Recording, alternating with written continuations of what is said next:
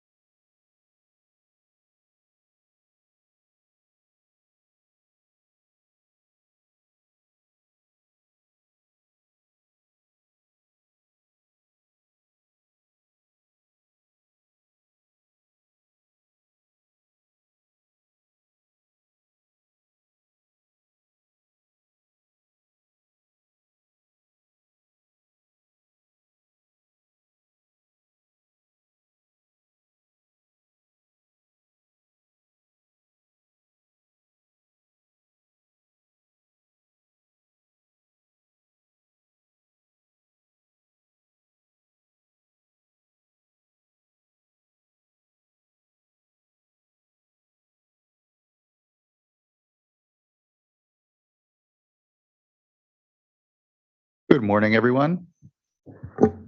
My name is Joaquin Esquivel. I'm chair of the State Water Resources Control Board. Today is Wednesday, October 18th. It is 12 noon, and I would like to call this meeting to order. I'll begin by introducing my fellow board colleagues. With me here today is Vice Chair Doreen Diadamo, Board Member Nicole Morgan, Board Member Sean McGuire, and Board Member Laurel Firestone. With us as well is our Executive Director, Eileen Sobek, our Chief Deputy, Eric Oppenheimer, our Chief Counsel, Michael Loffer, our Clerk of the Board is Janine Townsend, and assisting her is Courtney Tyler and Margie Argel. As you can see, this meeting is a hybrid meeting, and it's being webcast and recorded. For those of you on the digital platform, you're either web streaming us here, primarily only through the YouTube live web stream. The CaliPA live web stream is down. If you intend to comment on any item today, though, you should be on the Zoom platform. And if you're having challenges on how to do so, there are instructions at the top of the agenda. But you can also email the clerk of the board, Janine Townsend, at commentletters@waterboards.ca.gov, and she can help get you onto the platform. Once you're there, your camera will be off, you will be on mute until it is your turn to speak on the item you've indicated you wish to speak on. Please do say your name and indicate any organization if you're a part of one. For those of you here in the room, good morning. We're here in the CaliPA building in Sacramento. Quickly, I'll go over some announcements for us here as well. Please do observe your nearest exit. If there is an emergency, we'll all calmly file out to Cesar Chavez Plaza and await any further instruction. Additionally, if you intend on commenting on any item today, there is a QR code on the side of the room here. It's also the same form at the top of the agenda, which will allow you to make sure and put your name in. Similarly, once you're at the microphone, please do introduce yourself, state your organization if you're part of one, and also additionally, do turn off any noise-making devices to help keep our conversation going here. With that, I think here at the start of today, we are continuing a 2-day board meeting. And what we have here at the start is also some additional presentations of Superior Accomplishment Awards. And I appreciate everyone's time around this. It's really important to acknowledge those that actually get the work done in this organization for us here. So we have Karen Mogus. Thank you for being here to present a couple of awards. Yes, thank you. I'm Karen Mogus, Deputy Director, Division of Water Quality here at the State Water Board. Good afternoon, Chair Escobar and board members. I have 2 awards, one individual and one for 85 people. So you're going to have to bear with me today. We'll start with the individual award. I am so very pleased to present this Superior Accomplishment Award to Rebecca Greenwood, engineering geologist in the Division of Water Quality Sustainable Water Plans and Policies section. As by way of background, in 2018, this board adopted an amendment to the recycled water policy that requires reporting of volume of influent, effluent, wastewater produced, including treatment level and discharge type, and as applicable, recycled water use by volume and category of reuse. This new annual reporting requirement applies to hundreds of permittees statewide. Rebecca took the lead to develop and implement a first-of-its-kind electronic reporting module in GeoTracker to streamline the reporting process and ensure data are consistently reported to the board. She drafted an executive order to update the monitoring and reporting requirements of over 800 permittees to include the mandated reporting. She also developed the reporting module in close collaboration with programmers, staff, and permittees, presenting complex information intuitively and developing a module that would work for dozens of different permitting scenarios. Rebecca took initiative to develop fact sheets, a help guide, tutorials, and presentations to walk permittees through the new reporting process. And not only was this a new module, but many of the permittees had never used GeoTracker before. So Rebecca also had to coordinate getting new accounts set up for all of the new reporters. Rebecca's extensive outreach and communication with hundreds of dischargers resulted in an astounding 98% compliance over the 3 years since the reporting requirement was initiated. And permittees have praised Rebecca's helpful assistance in completing the annual reporting module. And for all of her good work, you may recall she also helped us with a reporting module for the arrearages program and got an award for that as well. So, Rebecca is one of our A team and just really, really happy to present this award to her today. So thank you, Rebecca.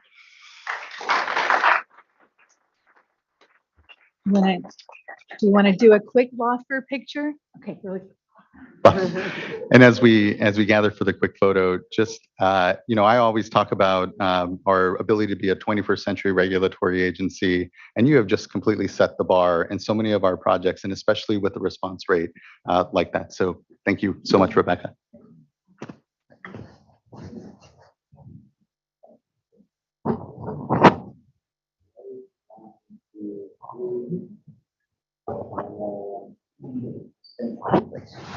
Thanks, Rebecca.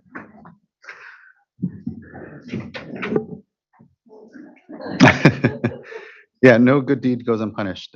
More projects. Yes, absolutely. Okay, so the second one, the 85 people, I am presenting, pinch hitting for John Russell today to present an award to all of the staff who were redirected to do contact tracing for COVID-19 back in 2020.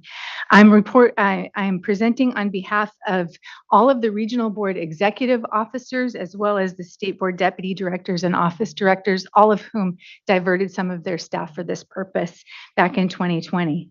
Approximately 5% of the water board's staff were devoted to contact tracing for COVID-19. You will recall that we had a couple of the contact tracers make presentations before the board in the summer of 2021, I believe. And so you'll remember what a both extensive challenge it was to take on a new role completely different from the kind of work we do here, and sort of emotionally taxing as well to deal with the public who really had severe concerns about the pandemic and exposure. Just as an example, we had one of our contact tracers send a message that eloquently summarizes the reaction of many of our staff to the assignment. And I quote, "Thanks for this acknowledgement of our reassignment efforts. It was often a challenging and emotional assignment, yet also rewarding to be able to provide information and encouragement to so many fearful yet resilient members of our community during such a stressful time in their lives. And so that attitude is what we're awarding today. Some of the names of staff getting the award have either retired or gone on to other state agencies, and so we are recognizing them today anyway. So 85 names. I'll do my best. I think I got this assignment because I did this for our arrearages recently as well.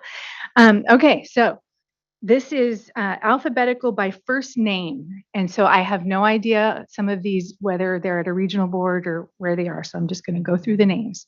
Anna Torres, Aristio Palayo, Bethany Soto, Abdi Hale, Alexander Spencer, Angela Mervine, Antonio Barrales, Brian McDaniel, Brian Rock, Camille Hang, Bonnie Sutherland, Carmen Hernandez, Casey Scott, Catherine Woody, Christopher Muscal, Deborah Hallis, Devender Narala, Dixon Oriola, Doreen I should have written this phonetically, Kiruja. You decide how to pronounce that, sorry.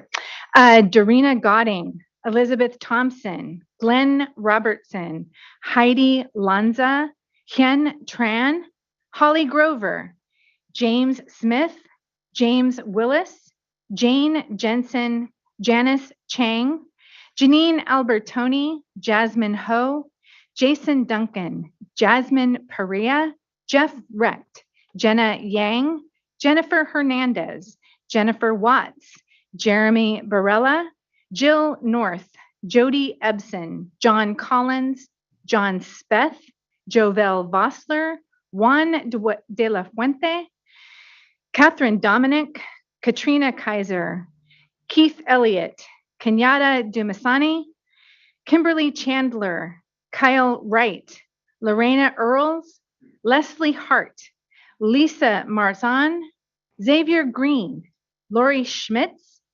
Maggie Robinson, Man Vung, Marilyn Petruescu, Martha Monson, Megan Bang, Michael Tolan, Nancy Ritter, Nick Smyra, Peter Minkle, Ralph Sakeda, Rebecca Nordenholt, Rhonda Raymond, Rick Rhoda, Ron Falkowski, Rui Wen Wang, Scott Sharonaka, Shanna Rappaport, Sharon Danker, Shelby Barker, Solmaz Marzugi, Steve Camacho, Thaddeus Hunt, Tom Levy, Valerie Aguiar, Valerie Gregory, William Allen, William Burrell, Yvette Morse, Zachary Mayo, and Jishan Harashe. Oh, You did very well. Thank you, Karen, for that. Yeah. So, yes, and thank you to all of the awardees. You did very well on those names. As someone who has to also call up a number of names, and thank you. I know it can seem for folks like, did we really need to read off 85 names? And we did. The contact tracing, as we had heard from our informational item, very emotional work. And it really took a lot out of our agency, and it did so for a really good reason, and really appreciate being able to acknowledge everyone by name. They gave up a lot for a number of couple of years there. So thank you. Really appreciate it, Karen. With that, we can now move on to our agenda. And as we continue our agenda from yesterday's discussion, we'll move on first to item number 9, which is consideration of a proposed resolution to adopt a rule establishing water loss performance standards for urban retail water suppliers. Give a moment for our folks to come and get gathered.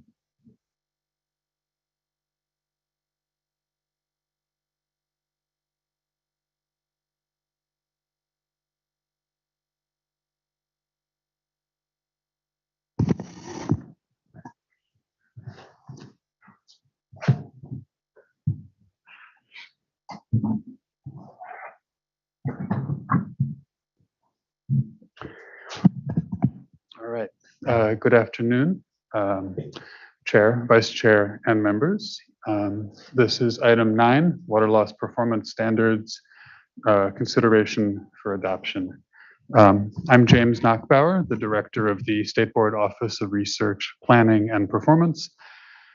And I'm joined today in person by Ms. Betty Girma, Mr. Garrett Lenahan and Mr. David Rose, and online by Dr. Bethany Robinson. This is a small part of the team that's been working on this proposed regulation for several years. Next slide, please. So our agenda for this item covers several things. I will be going over water loss in context and a little bit about the development process. Bethany will speak about the proposed regulation, and Ms. Girma will talk about some of the most recent changes made.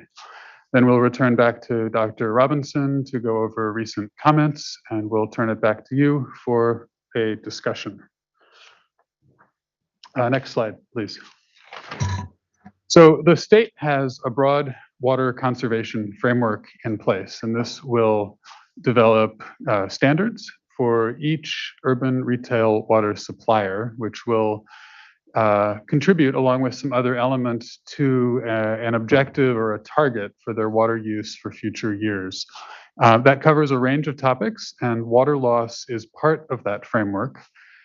Although the water loss legislation that calls for the proposed regulation we're discussing today actually predated this framework. The water loss statute was passed in 2015, and this broader conservation framework, which was passed in 2018, adopted the water loss as an element in that larger framework. So in one sense, this regulation we're talking about today kind of stands alone, but in another sense, the proposed regulation is sort of our first step in this broader conservation framework. Next slide, please. So as I mentioned, the SB 555, the water loss statute, was passed in 2015 during the last drought. I wanted to go over a couple elements of the engagement and development process since then, covering four areas in a little bit of more detail. First, the economic model, which allows this regulation to develop standards that reflect a range of different factors for each supplier. Also going to talk a little bit about the public workshops and hearings that the team has held over the years on these topics. I'll touch briefly on our peer review, and finally talk about some of the significant changes made over time to the proposed regulation as a result of our engagement with stakeholders. Next slide, please. So a key piece of this is the economic and engineering model. It is a tool that calculates a water loss standard for a supplier or for a system based on system-specific inputs that come from water loss audits, and also on other parameters. There are a lot of parameters here, and the goal was to have a model that could be calibrated to each system specifically. Many of those parameters are values that the suppliers can update themselves in the model. And that's important because when we were developing this model and this regulation, the data available was not really extensive. There was not a lot of data available at the system level for California water suppliers. So the model works by calculating two main things: the cost of leakage control activities, first, and second, the benefits in monetary terms of that water saved. And then the model compares those two to find standards where the benefits are greater than the costs. And so this results in standards that reflect each supplier's situation and should make sense for them. Next slide, please. So we've had 13 public workshops or hearings on a range of topics since 2018, both in the pre-rulemaking phase before late 2021 when we initiated the formal rulemaking, and since then. There have been comment periods both during the formal rulemaking and again also during the pre-rulemaking process on a couple of these issues. Next slide, please. Because the model, as I mentioned, involves both economics and engineering concepts, we thought it would make sense to run it through the established and longstanding Cal EPA external scientific peer review process. This is the process that Cal EPA boards and departments and office use for rulemakings with a scientific basis. So what we did was we summarized the framework and approach and model and sent that summary with specific questions and assumptions and findings to the peer review program. And the peer review program, independently and in coordination, independently from us and in coordination with UC Berkeley, selected 4 reviewers for this, 2 engineers and 2 economists. This was an illustrious group.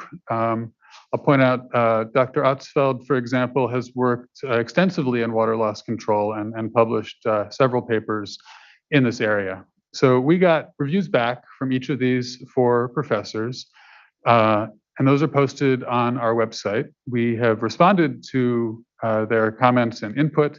They had some helpful suggestions and were generally very supportive of the overall approach. Next slide, please. So before I get into a quick rundown of some of the major changes made during this process as a result of our engagement, I wanted to sort of put those in context by providing a really high-level overview of the regulation itself. And Dr. Robinson will cover this again shortly in more detail. But there are a lot of components in this regulation, this proposed regulation, and so it's probably worth saying some of it multiple times. But the heart of this are the standards themselves. Starting in 2028, suppliers will have to meet standards, both real loss standards and an apparent loss standard, although there are extensions and variances and adjustments possible. In addition to meeting those standards, suppliers will be asked to submit questionnaires and a registry of leaks at various points over time. Next slide, please. So with that basic context provided, the major changes I wanted to highlight are these here. First, the model itself has undergone a number of changes over time. One of the larger changes was removing some water loss control approaches from the model, such as pressure management, which was deemed sort of like a very, in some cases, an effective way to manage loss, but it sufficiently complicated to summarize across all suppliers in a model that was supposed to work across the state. It was deemed sort of overly complicated and was removed from the model. Over time, we've also expanded the ability of suppliers to update parameters and added more time for them to update those parameters that feed in the model to their standards. We've allowed suppliers to update the baseline period. This is the period of time over which we look at their water loss when considering their standards, and the ability to update this, as Dr. Robinson will cover later, is important, especially for systems where their data may improve or where there may be other changes to their systems.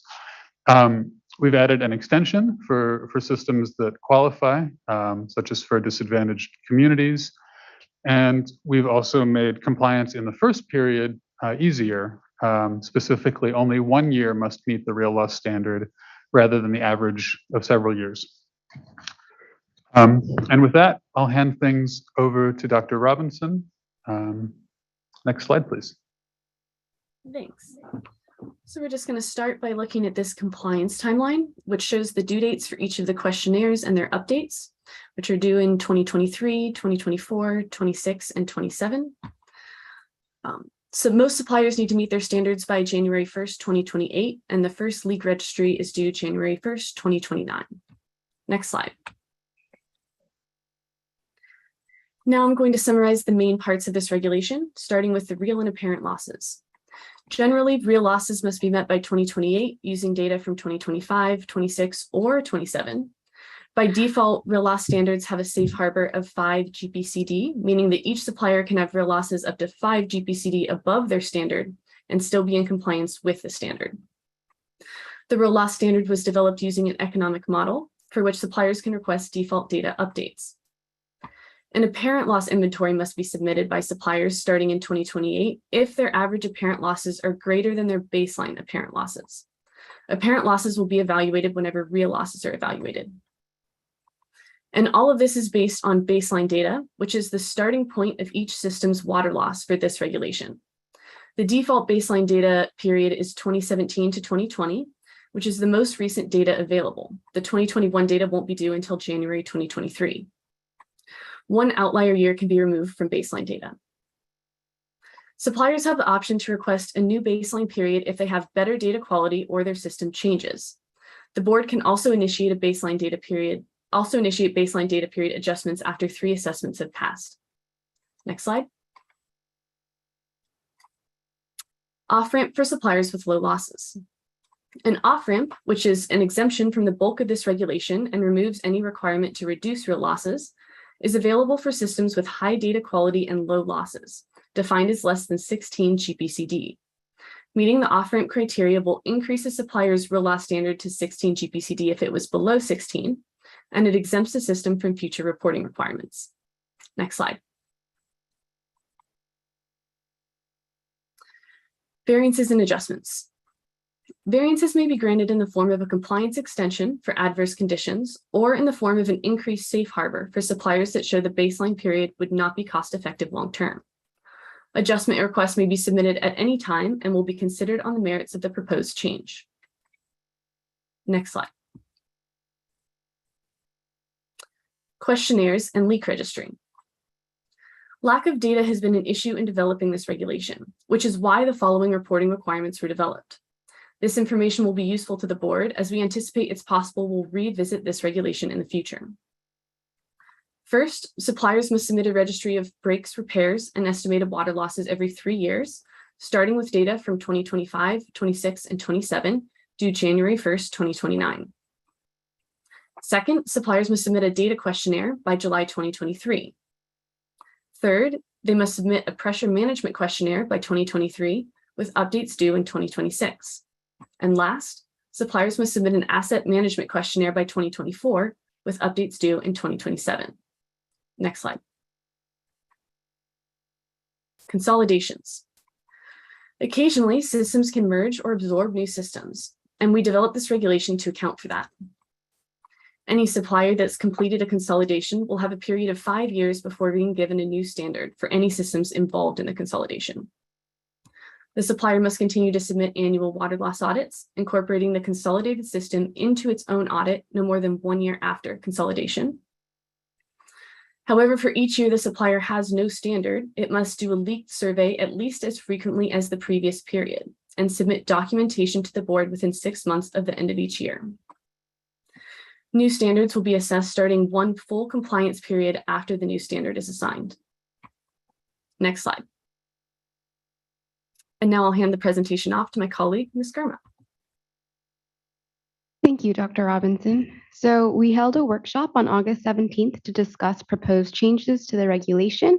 After listening to and reviewing public comments from the workshop, we made a number of changes to the regulation before initiating the 15-day public comment period in September. Next slide, please.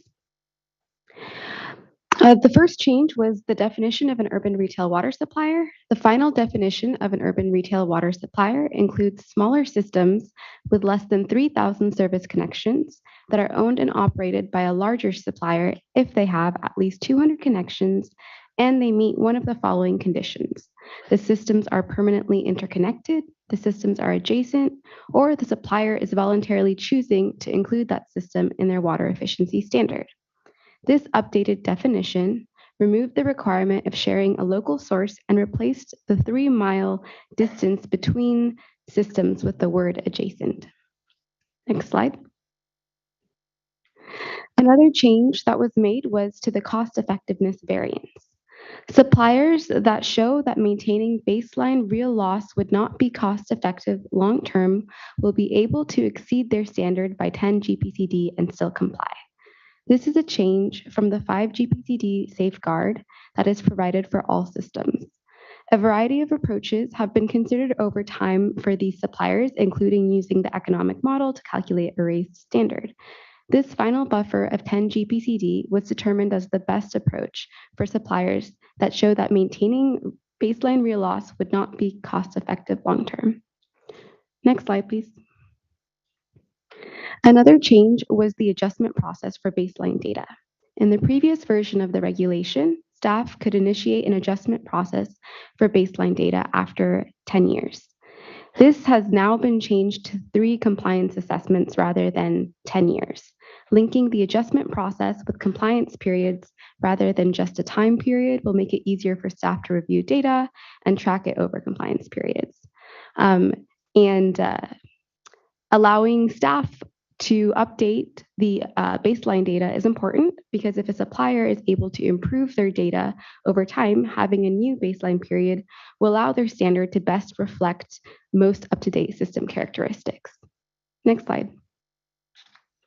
And now I will hand it back to Dr. Robinson to discuss the most recent requested changes. Thanks. Next slide. So our first request involves the definitions. Some commenters request an acknowledgement in the regulation text that recognizes that the American Water Works Association, or AWWA, water loss definitions in the M36 manual, which is their main water loss manual, as equivalent definitions, or that the regulation texts clearly refer to the M36 manual. This change wasn't made because our definitions are not fully equivalent. In several cases, for example, the regulation definitions are more specific than AWWA regarding the data that suppliers need to use for this regulation. We also cannot include language that says the definitions are whatever AWWA currently says, because that would allow the regulation to change without a rulemaking process. We will look over time for any substantive issues caused by different definitions and recommend revisions as needed. We want to note that updating the definitions without revising the rest of the regulation could cause problematic mismatches. Next slide. The leak reporting registry. Some commenters want the leak reporting registry, which is due every 3 years starting in 2029, to only apply to suppliers that don't meet their real loss standard. Currently, all suppliers, unless they've taken the off-ramp, would be required to submit the registry. This change wasn't made because understanding the characteristics of leakage is important to improving the science of water loss. Leakage characteristics vary by system and region, but very little data is publicly available for California utilities. Staff plan to use this data to propose updates to the water loss model in the future if appropriate. Next slide. Off-ramp requirement. Some commenters propose the regulation remove the off-ramp requirement that suppliers must annually test a statistically significant sample of customer meters, or 300 meters, if the supplier is complying with California Public Utilities Commission General Order 103A, which requires suppliers to test or replace meters on a set schedule based on size. This change wasn't made. Suppliers may be able to show that the meters they already test through the general order constitute a significant sample. However, the order itself allows suppliers to develop their own plan and doesn't guarantee that an appropriate number of meters are tested annually. Next slide. Combined standards. Some commenters want suppliers to have the ability to combine standards for systems they own on a regional basis to be determined by the suppliers. They say this would allow them to meet their water loss targets more cost effectively. This change wasn't made because it would allow suppliers to choose to focus water loss control efforts on some systems and leave out other systems, which could cause equity issues. Next slide. And this is the last one, apparent loss variance. Some suppliers would like the apparent loss safe harbor reverted to 5 GPCD. It was recently updated to 2 GPCD. The safe harbor was not reverted because the 2 GPCD safe harbor is proportional to the 5 GPCD safe harbor real loss. For real losses, because apparent losses are on average about 35% of real losses. Next slide. And I'll hand it back to Mr. Knockbauer. Great, thank you. So that concludes the staff presentation, and we're happy to take any questions. Just thank you. I know that it has taken us some time to get to this moment, but I feel it's been really time well served. I think it's definitely not lost on me that you look nationally and we don't have similar standards to really be able to work exactly from. And given the size and scale of California, the variety of agencies we have, it's taken us some time and a number of discussions to try to get it right. And I feel you have done just that. There's a lot of flexibility we've continued to put into this, to acknowledge that in many cases there is a lack of data, but you look across and there's a lot of innovation that's happening in this space. New technologies, cheaper ability to understand, detect leaks, and make this all not a cost driver for agencies, but a cost saver ultimately. So just thank you for that. I know we have some commenters. I don't have any questions off the bat, but look to my fellow board colleagues for any thoughts or reflections at this point before we hear from folks. Okay, let's go ahead and begin to hear from those gathered virtually and in the room. And first in the room, we have Andrea Abergel.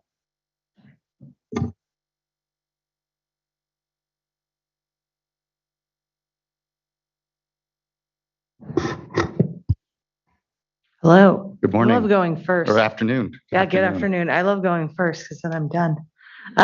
Good afternoon, Chair Esquivel and members of the board. My name is Andrea Abergel. I'm the manager of water policy at the California Municipal Utilities Association. I'm pleased to be able to participate in today's board hearing, and I only have a few comments. I'll keep it brief. The decision made this afternoon will mark an end to a long process that the State Water Board staff has been engaged in. CMUA is pleased to have been involved since the inception of this rulemaking.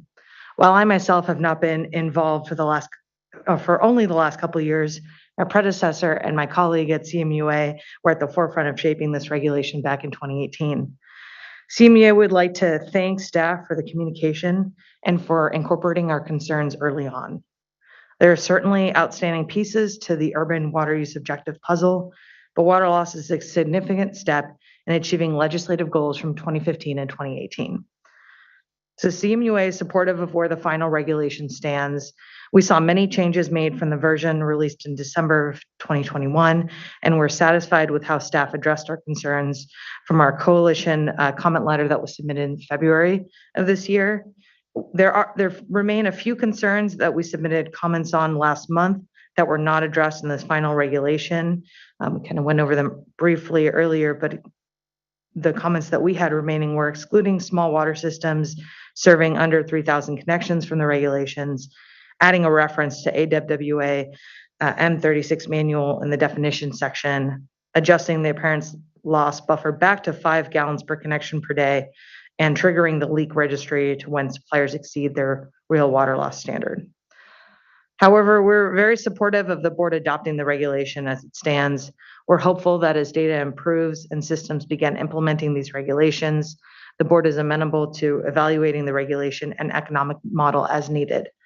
There will be a need for ongoing data quality improvements. Also, as implementation begins, we will need to be mindful of the need for technical support and funding for urban retail water suppliers in California, especially those serving disadvantaged communities. So thank you again for the opportunity to be a partner on this very important regulatory action. Thank you for being a good partner, and I appreciate your comments. And yes, understanding that there's still a desire for some additional adjustment. I'm sure we'll have some discussion amongst us, and appreciate just listing them out and the good engagement. Thank you. Thank you, Ms. Abergel. I think next we have Amy Talbot joining us virtually.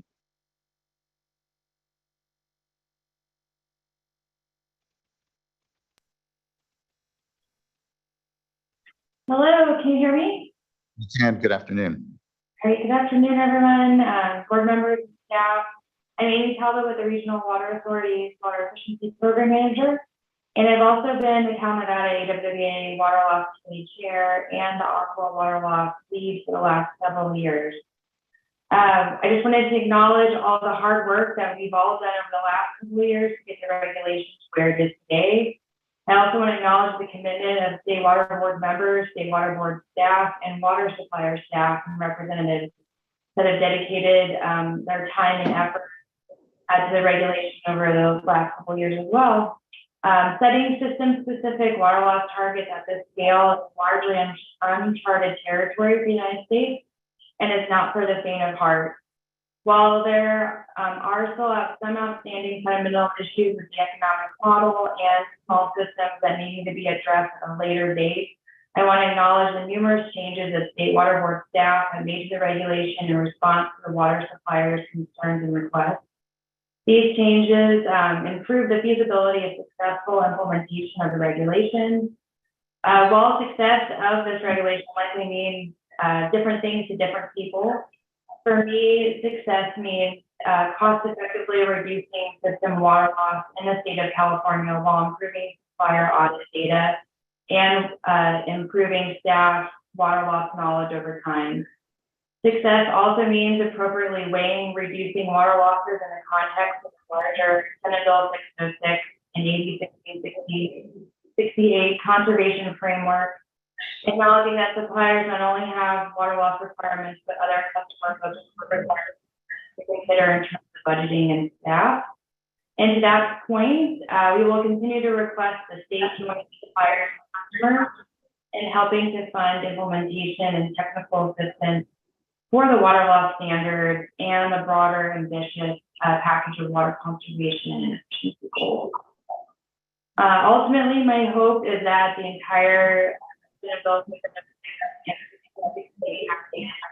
water loss will be implemented in the context of the most efficient pathway to advance the administration's water supply strategy, overall water resilience, and climate change with 21st century values. So just wanted to end my comments there, and again, thank State Water Board members, staff, and all the water supplier staff over the last couple of years. It has been years in the making with numerous meetings, lots of listening, lots of learning, I think on all sides and for all stakeholders, and just wanted to sincerely thank you for your efforts. And with that, thank you very much. Thank you, Ms. Talbot. I'm glad you didn't have a faint heart, and we're part of this important process of trying to get this balance right. What is really going to be the telltale sign of our success is in implementation. So I look forward to how we really get to that as well. So thanks for your contributions. Next, I'd like to call up Sue Mossberg. Ms. Mossberg, good to see you. We haven't seen you yet. Hoping we'll wait a moment to see if you're on the platform. Yeah, and at this point, Ms. Mossberg does not appear to be on the platform, although we do have one person who came in on a phone line that did not get matched to a name. Ms. Mossberg, if that happens to be you, I believe you can press *6 or *9 on a phone in order to raise your hand, and then we'll pull you into the Zoom meeting.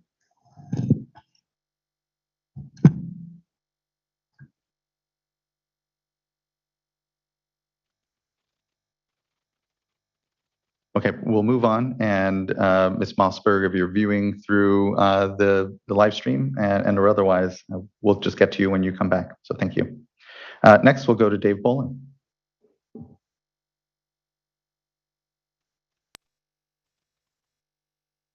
Okay, thank you for having me speak here, and good afternoon. I'm Dave Bolin, a water policy consultant, making comments on behalf of the California Water Association, which represents the CPUC regulated utilities. CWA is appreciated being part of this water loss coalition that includes CMUA, Aqua, and Cal Nevada AWWA.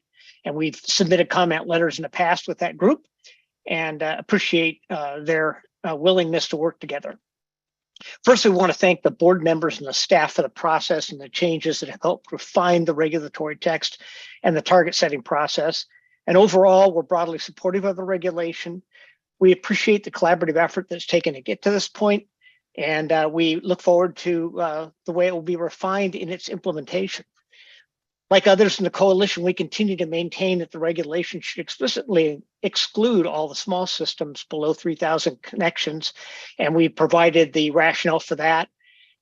We think that allowing those urban water suppliers to include one or more small systems should be an option, and they should be able to combine them into a regional target at their discretion.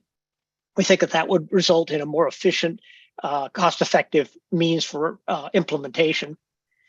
We look forward to the implementation portion of this, and particularly we note that the implementation will need some flexibility on the part of staff in terms of working with the districts and working with the data that's needed, particularly the data quality improvements that will come out of the ongoing audit process.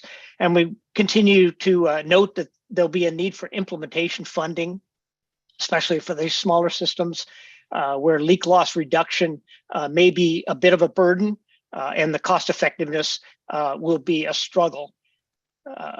We also note the need for some ongoing technical assistance as well as infrastructure funding, which will be needed to particularly help smaller systems that are serving disadvantaged communities to keep the cost of water affordable.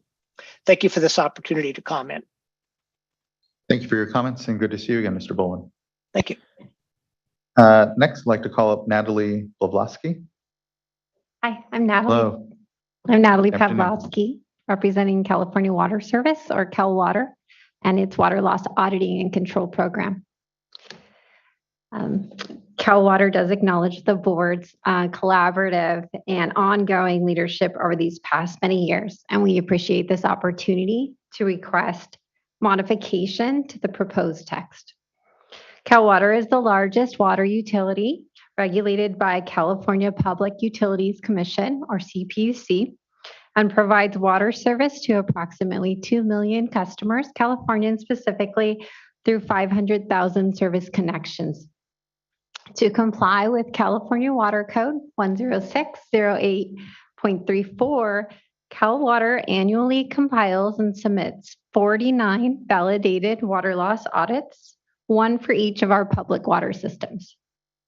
CalWater operates and maintains these systems as 25 separate districts. These consist of multiple public water systems or single systems serving greater or less than 3,000 acre-feet of water or service connections. The district reporting mechanism is used to report and comply with multiple state agencies' regulatory requirements. For example, CalWater develops our general rate cases to the CPUC by district. We've complied with SBX 77 regulations by district, reports production and associated demand reductions to the State Water Board each month by district, and creates urban water management plans by district. 21 of our districts, made up of 36 public water systems, collectively meet the definition of an urban retail water supplier. Currently, the proposed water loss regulation only includes 32 of these systems, and there's 32 individual standards for these systems. However, the 36 systems actually have associated landscape area and population proposed for inclusion in the urban water use objective, consistent with XBX 7 regulations and other regulatory reporting. CalWater's request is to provide a consolidated standard for districts consisting of multiple public water systems that collectively meet the definition of an urban retail water supplier. Our request would specifically include a consolidated standard for suppliers who have identified and included multiple systems in their urban water management plan, as outlined in section 2.2.2, which is suppliers serving multiple service areas and public water systems of the Urban Water Management Guidebook. The guidebook includes the following language: Many suppliers within the state have one or more public water systems. Such suppliers may determine regional planning and reporting for these systems based on internal planning requirements, geographic distribution, and similarities between systems. This information is recommended to be included by DWR, is located in Table 2-1-R of their Urban Water Management Plan, and provides a consistent way to determine the eligibility and systems to include for consolidated standards. This request promotes the flexibility required for suppliers to use professional judgment when making project management decisions that will yield the greatest benefit. It supports maintaining consistency with the established regulatory compliance reporting mechanisms and further streamline reporting across state agencies to create needed efficiencies, and provides an increased number of systems for inclusion in the water loss standard than currently provided in the draft regulation. Thank you for considering our request. I appreciate the request and the flag, Ms. Pawlowski. A little after years, interesting to hear this now. So it's a bit, but looking over to our folks on the appropriateness or any initial take on the recommendation, whether or not it simply aligns with our intent anyway here, or it's again not an uncomplicated request. Or I just want to make sure I understand the request. Sorry, how is what you're requesting different than what we are using as our definition that allows for a definition to be, at least 200 connections, and the suppliers voluntarily chosen to include that system in their water efficiency standard? So how is what you're asking for different than what we're Sure. there? So this is asking for 21 consolidated standards. Right now, the proposed regulation includes 32 individual standards. Even if we included voluntarily included additional systems, those would be individual as proposed in the language right now. So the difference there is really the consolidated aspect in terms of meeting individual standards versus by system versus 21 district standards. So it's whether the smaller systems would each have to have their own standards as opposed to one standard for all of the systems that are included in the definition of that we are adopting for the water supplier definition? Right. In terms of being different, I'm sorry, can you repeat your explanation? Yeah. So is the issue that that there would be different standards for each of the systems, even though you are defining an urban retail water supplier as, at least in our definition that I understand as we have it here, as one urban retail water supplier. So, but and maybe staff can clarify this, but is there, the idea is there's concern that there would be separate definite standards for each of those systems? That is part of the concern. And then the consistency as well with the urban water use objective is another piece of it.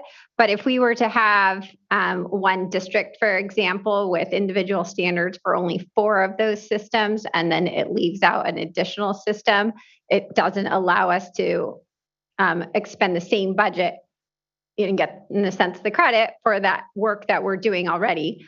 But then it also, because of the way that the small systems reductions on paper, the targets are greater in percentage from the proposed water loss regulation, it's possible that our funds could be going towards those trying to attain a smaller volume of water loss just to get the reduction down to what the proposed regulation would be based on that small size and system. And then the second piece is that, as a proposed right now, only 32 systems would be included instead of the 36. So it'd be a mix and match of systems that make up our districts, which, like I mentioned, we have met other regulatory requirements based on those districts, and we do submit our general rate cases to the CUPC by district.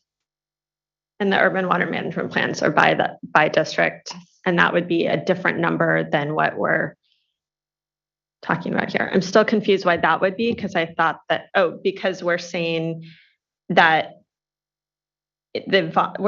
we aren't linking this to the definition they use in their urban water management plan. We're linking it to what they voluntarily want to include in the water efficiency standard. I'm looking at slide 17. Right, but I think the first threshold is that greater than 200 as well. Right. So that would cut off those additional 4 systems that wouldn't be included. And sorry, okay, no, that answered. No, thank you. I appreciate the question. Thank you. Maybe staff had thoughts on that. Yeah, this is certainly a comment that we have received since the beginning of the rulemaking process about allowing suppliers to choose between either getting a standard per system or having the discretion to have a consolidated standard for all of their systems. So that wasn't changed with the definition of urban water supplier, although it sounds like there's a new issue about potentially the under 200 carve out. But my understanding is that the regulation wouldn't preclude a supplier from incorporating those if they wanted to. But there's a few things going on here. The initial take as to why the staff proposal doesn't include the ability for suppliers to choose either consolidated or system by system is in part an equity issue, just to make sure that the suppliers aren't choosing to focus all of their funds on one location versus another. But also, I think our perspective from the staff view is that suppliers do have the opportunity to consolidate. There's 2 different situations. There's urban water suppliers who have multiple systems and manage them as separate systems. And then there are consolidated systems, which are really merged into one new system. So if a supplier has a desire to consolidate its system, there are provisions in the regulation that allow for that, and it resets the clock. They get 5 years because of the data that would be needed to incorporate them all into one. So I think from our perspective, and I'll defer to Betty and Bethany, who know science and math and suppliers and all the important stuff here, is that there's not a conflict here. It's just a decision to not provide the choice to do one versus the other. Also, I believe that suppliers do already submit their audits on a system by system basis. So we've been carrying that through. The data is available.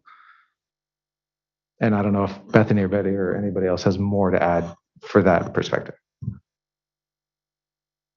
So, okay, so I'm still confused then. So, if the issue, okay, there's 2 bullets here of how we would define urban retail water supplier, and they have to meet currently both of them and have at least 200 connections, and they can just voluntarily decide to. So it sounds like Cal Water could just, the second one you can voluntarily decide to include, but the issue is you also have to have over 200 connections for each of these systems. Yeah, that's one issue. And then the issue is not having 5 standards per public water system that rolls up into one urban retail water supplier. So you don't want to have 5 different standards. You want to be able to consolidate it up into one standard, even though each of those systems are not interconnecting, right, not meeting, not adjacent, or sorry, let's see.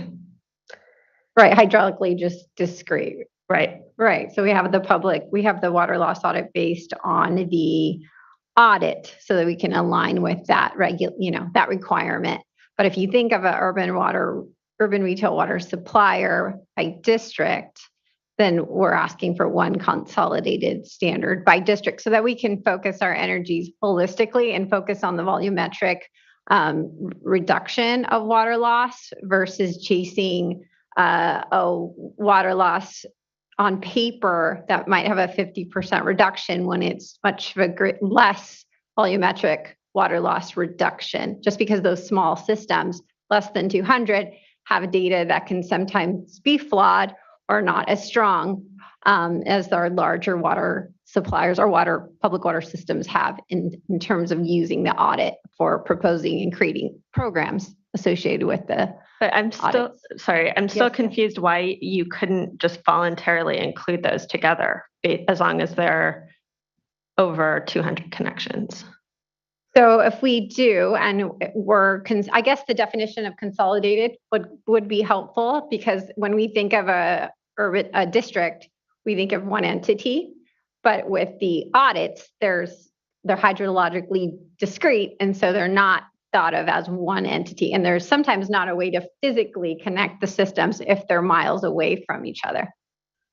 But that's why we have the third bullet, right? Of like, they don't have to be physically interconnected or adjacent. You could also just voluntarily choose to include it in your water efficiency standard. So I guess my clarification I would need is if we opt to include an additional system, we're throwing out the 200, right? So now we still have to have 200, right? So is the concern you have some under 200 in your district that if they're under 200 though, they wouldn't have to get a standard at all. It's just, it would be so you wouldn't have multiple standards. You just have a standard that doesn't include that 200 or less than 200, sorry. Yeah, for some of them that actually we do. So if we had 5 systems that make up one district right now, there's an example of 4 systems having individual standards based on the fact that there's an audit for each one of those. So that is an issue in itself. But I think the other issue is that one extra district has a population and landscape area associated with the urban water use objective.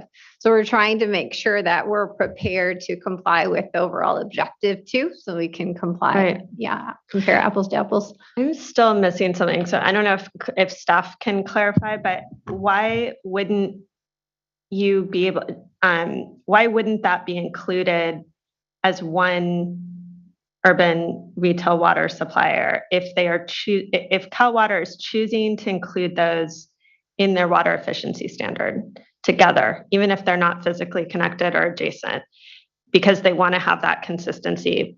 Why is that not what we're allowing here? So I think we're talking about 2 different things. When it comes to the definition of urban retail water supplier that we've modified and is put in place that we're talking about, where the 200 connections that exists, that's a threshold question for whether an urban retail water supplier is subject to the regulation.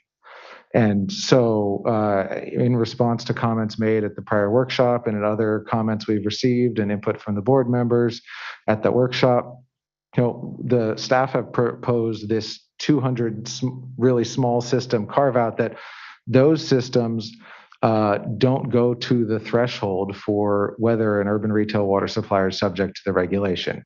But I think what we're talking about here is an urban retail water supplier that is above the threshold, has already met the criteria, and then it's a question of how this applies. And so that definition doesn't change the application. The application of the regulation still applies to systems of that urban retail water supplier. So as far as I'm understanding the question, it's more about not about who's in or who's out, but whether those systems can get a consolidated standard versus have to have separate standards. I don't think anything is preventing a system with under 200 connections from being given a standard if the supplier so chooses. It's a question of whether that can be outside of true consolidation as identified in the regulation, whether that can be consolidated into one standard that meets multiple systems. And that goes back to what I had noted before, is that the staff perspective as offered here in response to the same comment we've gotten earlier is that this should be done on a system by system basis as opposed to regional groupings of the individual systems for purposes of this, largely as a matter of avoiding potential equity issues because they are standalone systems, even if they have similar management, same management. And I think then that does go to how we're defining consolidated systems or how we are defining consolidations. Because is it just which ones have a public water system ID as a separate system? And so if they're consolidated, or how are we defining consolidation? Because I think we do want to incentivize consolidation, operational and management and financial consolidations that may not be right next to each other, and they do have different physical water supplies and distribution systems when that happens. So maybe I'm sorry. No, I just help me understand I'm not sure if we're using consolidation the same way, and I'll let Bethany jump in a second because she knows it way better than I do. But I think the way that this regulation is referring to consolidation is not common ownership of systems, but actual consolidation where they become one system and then would have one PWSID or whatever that public water system identification. Hope I got that right. So then it is now one larger system. So it's a small system, presumably a small system that hasn't been subject to certain obligations, is consolidated into a larger system to get the benefits of that consolidation. And I think we're understanding this in the same way as consolidation is used in other board programs, so that it's not just two systems that kind of walk next to each other with common ownership, but they are in fact now one system. And Bethany can say it way better than me. Yeah, so we give out standards based on PWSID. And so if two systems were to combine and use the same PWSID, they would end up getting a combined standard. And we do specify consolidations or hydraulic consolidations in the regulation text. Sorry, so you specify consolidations are hydraulic, physically and are connected, basically? Yeah, they have to be functioning as one system physically.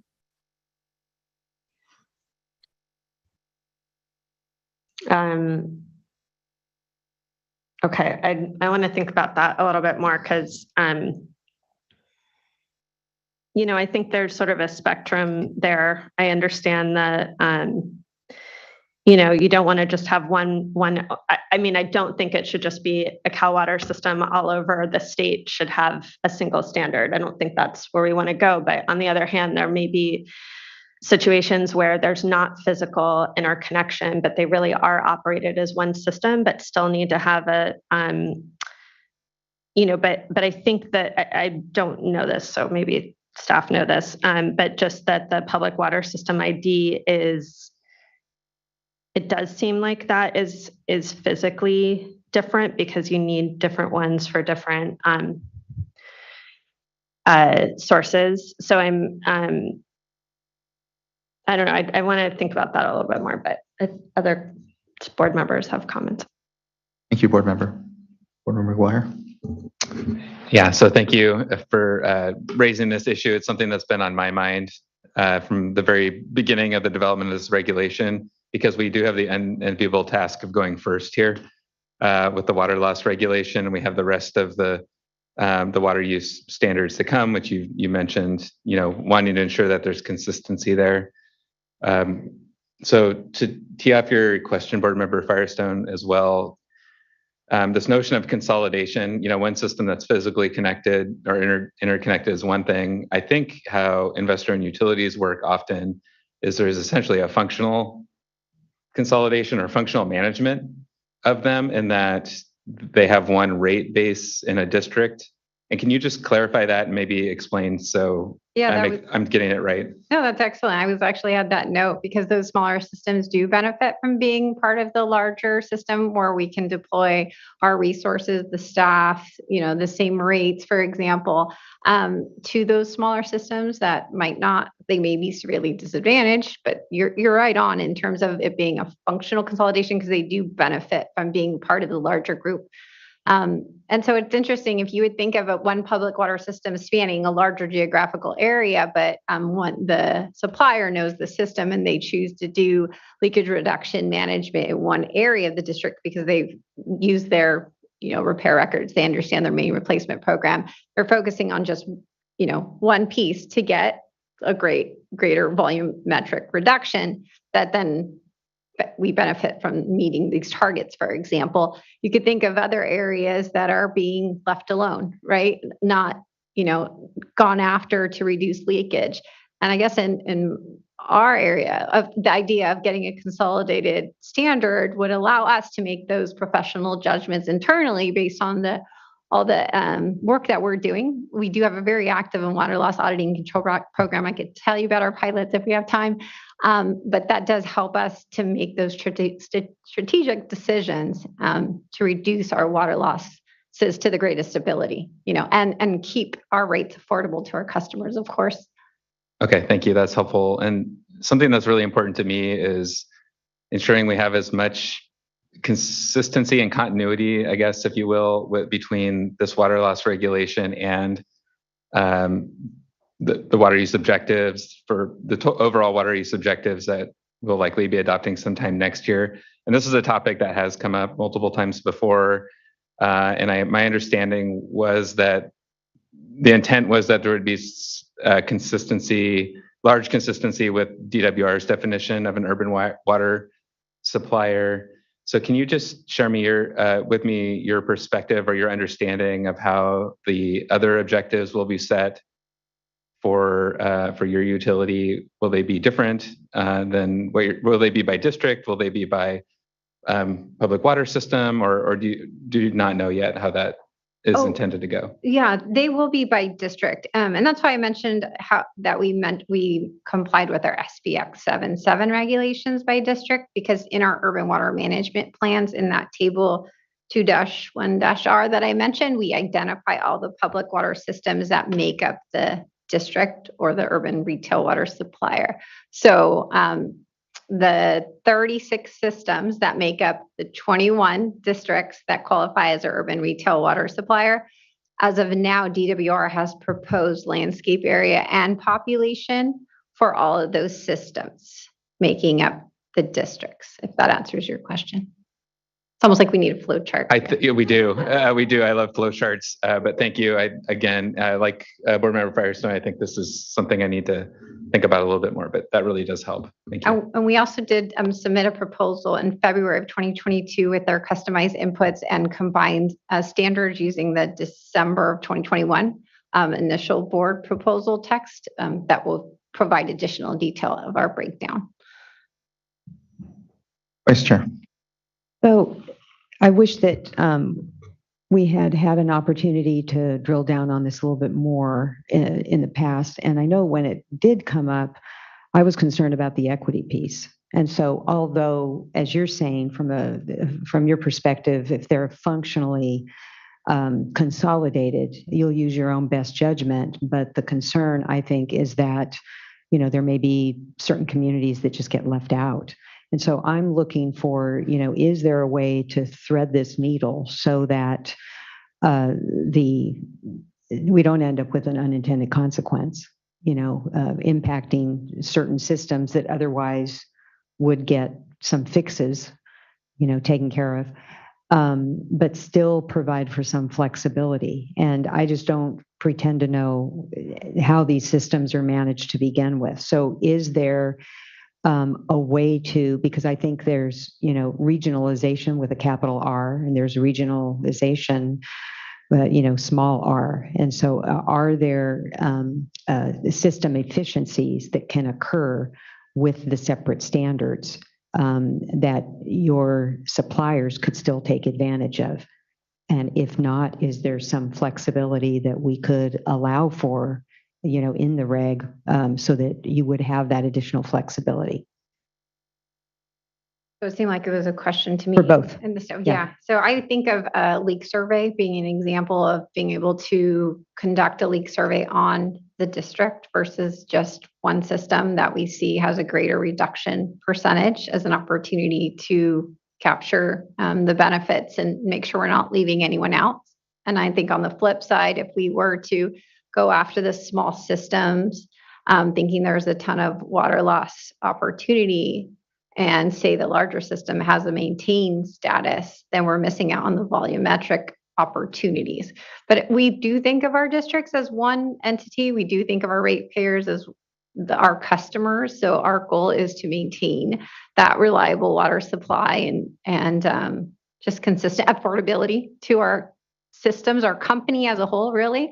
But we do everything on that district basis so that we're not leaving any of our customers. For example, conservation, when we offer conservation programs, we're offering it to the entire district. We're not saying this system, because it's geographically located further away, isn't eligible for a conservation program. So it's just one example of how we manage our company. Well, but take leak detection. There's nothing in the existing proposal that would prevent you from having a leak detection, an entity or an agency, a contractor that would look at all of these systems as you propose today, that would be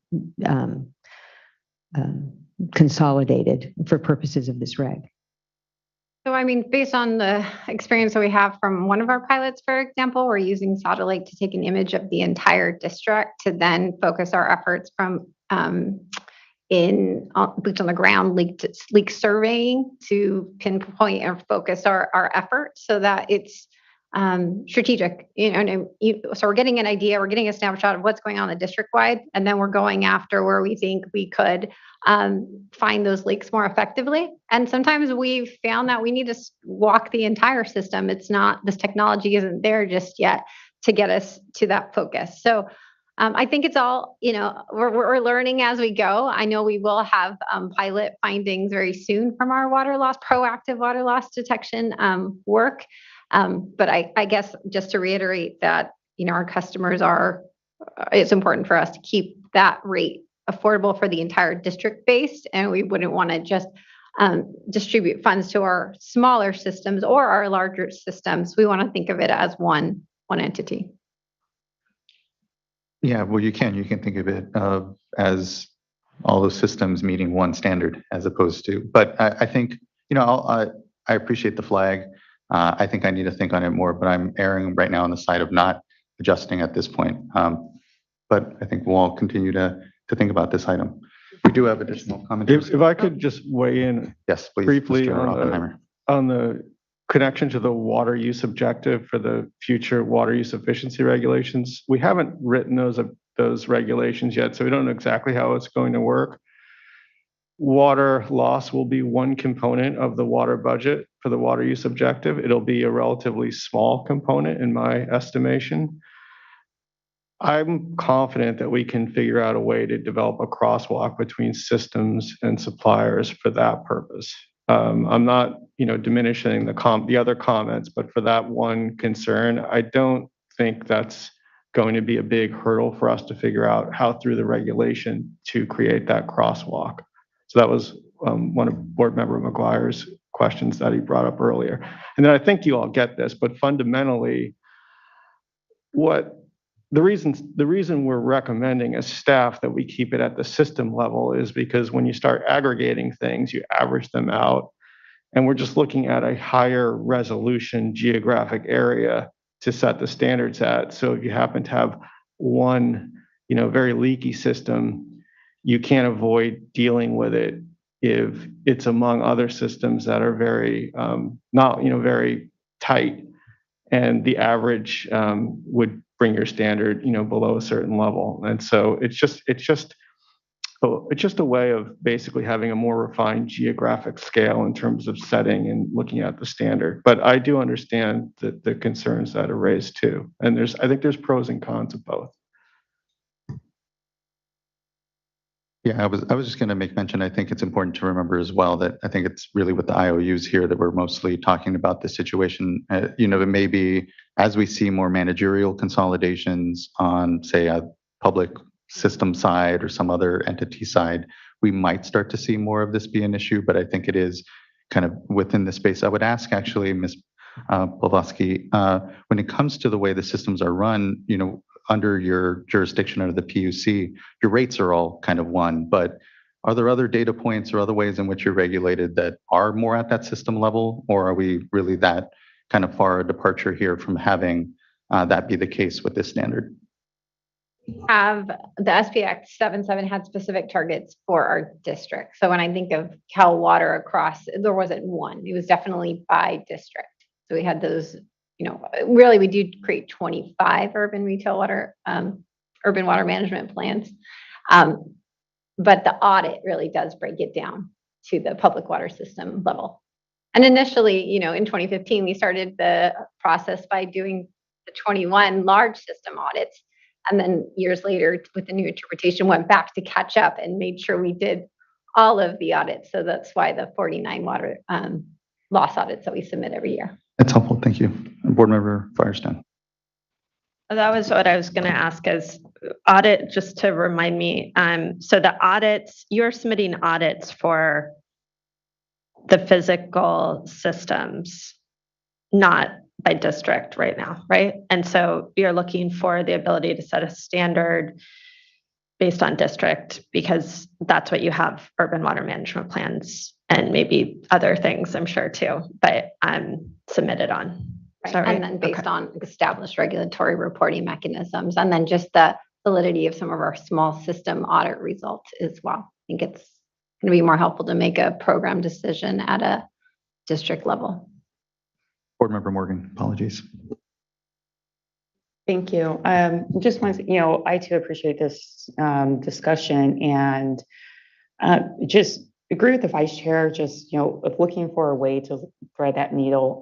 I understand, why we've gone in the direction that we have, and it's just doing the combined standard. And I too had the concern with small systems and, them being left out. This discussion here today, it makes me have a little bit of a pause for those where we have the managerial consolidation, and are we then perhaps creating the same type of situation there too, where we may be having some systems that could end up being left out.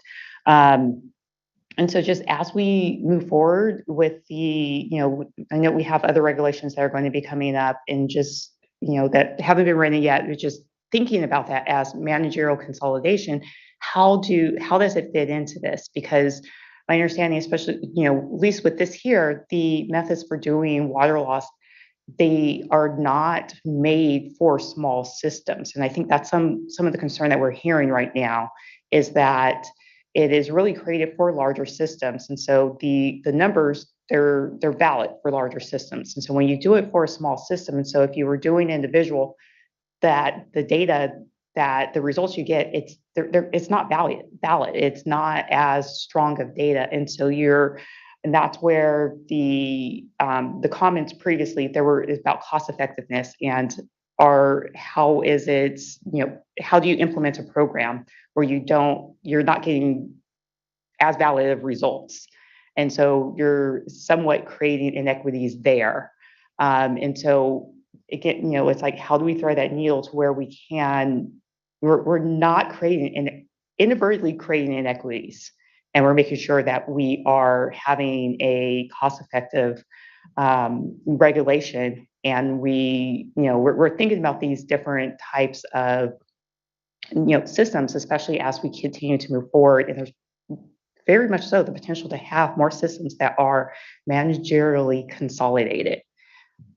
So just my initial thoughts, and I want to think more, and I don't know how many are going to fall into this and how it's going to play out as this is implemented. Definitely something to think about. I have continued questions on this. That was really helpful, and just made me want to understand. So, the public water systems that you're doing audits, that you're submitting audits for, are over 3,000, is it 3,000 or 3,300? Or are they, what's the size threshold that you're submitting audits for? They're a mix, and we have some that are less than 200, and we have others that, could be 40,000 acre feet or, that many. I mean, it's a range. It's a big range. So initially we did 21 water loss audits because only those systems were over the 3,000 acre feet. And then later added the additional to get to 49 because we did all the systems in our company because they considered Cal Water as one supplier.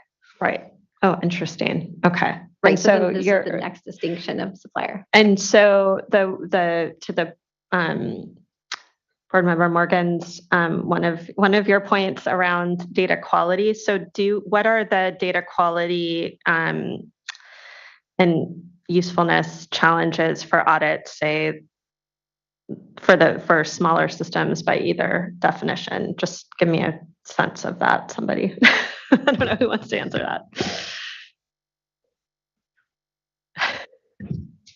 It's tricky. I think from my experience, and I know there's so many people that could probably comment in this area as well, but one error with the supply volume can generate a major difference in the real loss the real loss metric. And again, because it's such a small volume that we're starting with, and then the audit has defaults for customer meter inaccuracy, master meter error accuracy. There's just a lot of estimations in it. And when you're dealing with a small volume initially, the results can. Okay. Yeah, again, we'll think about this more, but I guess my current thought, and this relates to kind of overall, is just this is a brand new thing. We need to improve our data and understanding and data quality.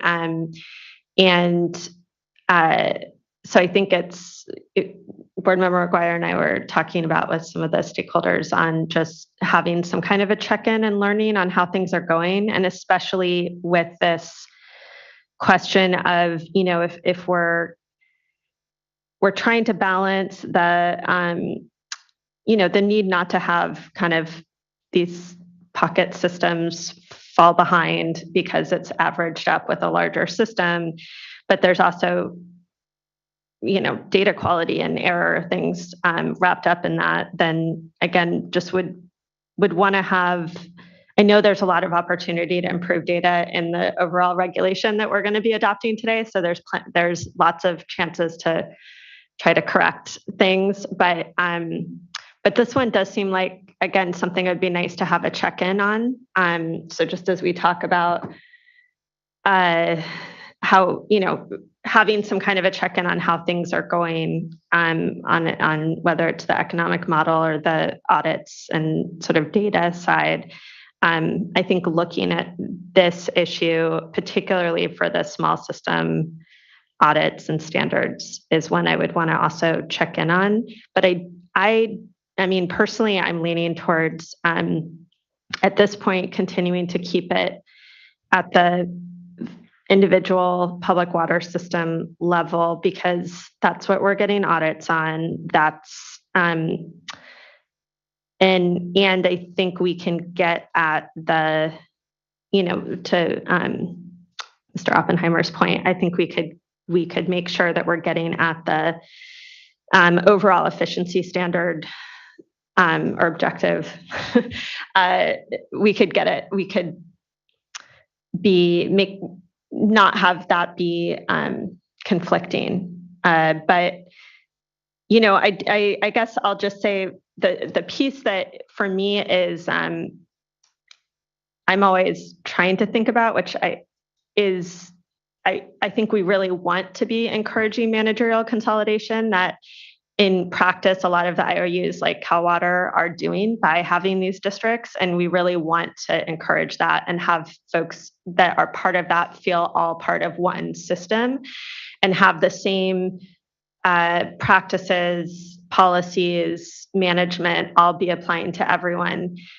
So balancing those two things, where I'm landing right now is that for this particular piece of physical water loss, I can see the value of starting out with looking at individual, physically different individual public water systems by public water system ID. But again, those are the things I'm trying to balance, just sharing where my thoughts are right now. I think I'll be thinking more. Thank you, board members, and thank you, Ms. Pawlowski. Appreciate the really good discussion. For your time. I apologize. Sue Mossberg is back on the platform, so I was going to quickly circle back to her. I know the scroll has otherwise. I apologize, Fiona. We'll go to Sue Mossberg. Good to see you, Sue. Hi. Good to see you. It's been a long time coming. Good to see you. Thanks for joining us. Thank you. Hello, board members, staff. I'm Sue Mossberg, Executive Director of the California-Nevada section of the American Water Works Association. On behalf of the California-Nevada section of AWWA, I just wanted to express our sincere appreciation for the diligent effort, extensive dialogue over the last numerous years, and even this afternoon between water board members, staff, water system technical, water loss experts, the greater stakeholder community to really understand water supply infrastructure complexities, the availability, reliability of available data, and the really financial realities associated with quantifying and controlling water loss. Ultimately, seeking to balance all of this knowledge with the mandate to ensure the efficient use of water across California. We have come a long way in the last 7 years since SB 555 was passed. Personally, and representing Cal Nevada AWWA, I'd like to echo the comments that were already shared by some of our coalition partners, including CMUA and ACWA and others, recognizing and appreciating just the incredible commitment from numerous stakeholders that have been dedicated to developing this proposed water loss regulation to get it to the point that you have it today. While we all realize that what's being proposed may not be the final endpoint, and it's maybe just another step along the water loss control, water efficiency path, I think we can all appreciate the work that's gone into it to this point. Along the way, there have been multiple opportunities by everyone to both be the student and the teacher, to really dive into the technical economic details to understand the science of water loss, water system operations, data integrity, economics. Cal Nevada AWWA would also really like to just note and acknowledge that several water suppliers have in fact embraced innovation, advanced their metering, their data collection, their leak detection practices as a result. And I think if we look into the future, we're going to see even more improvements in the coming years.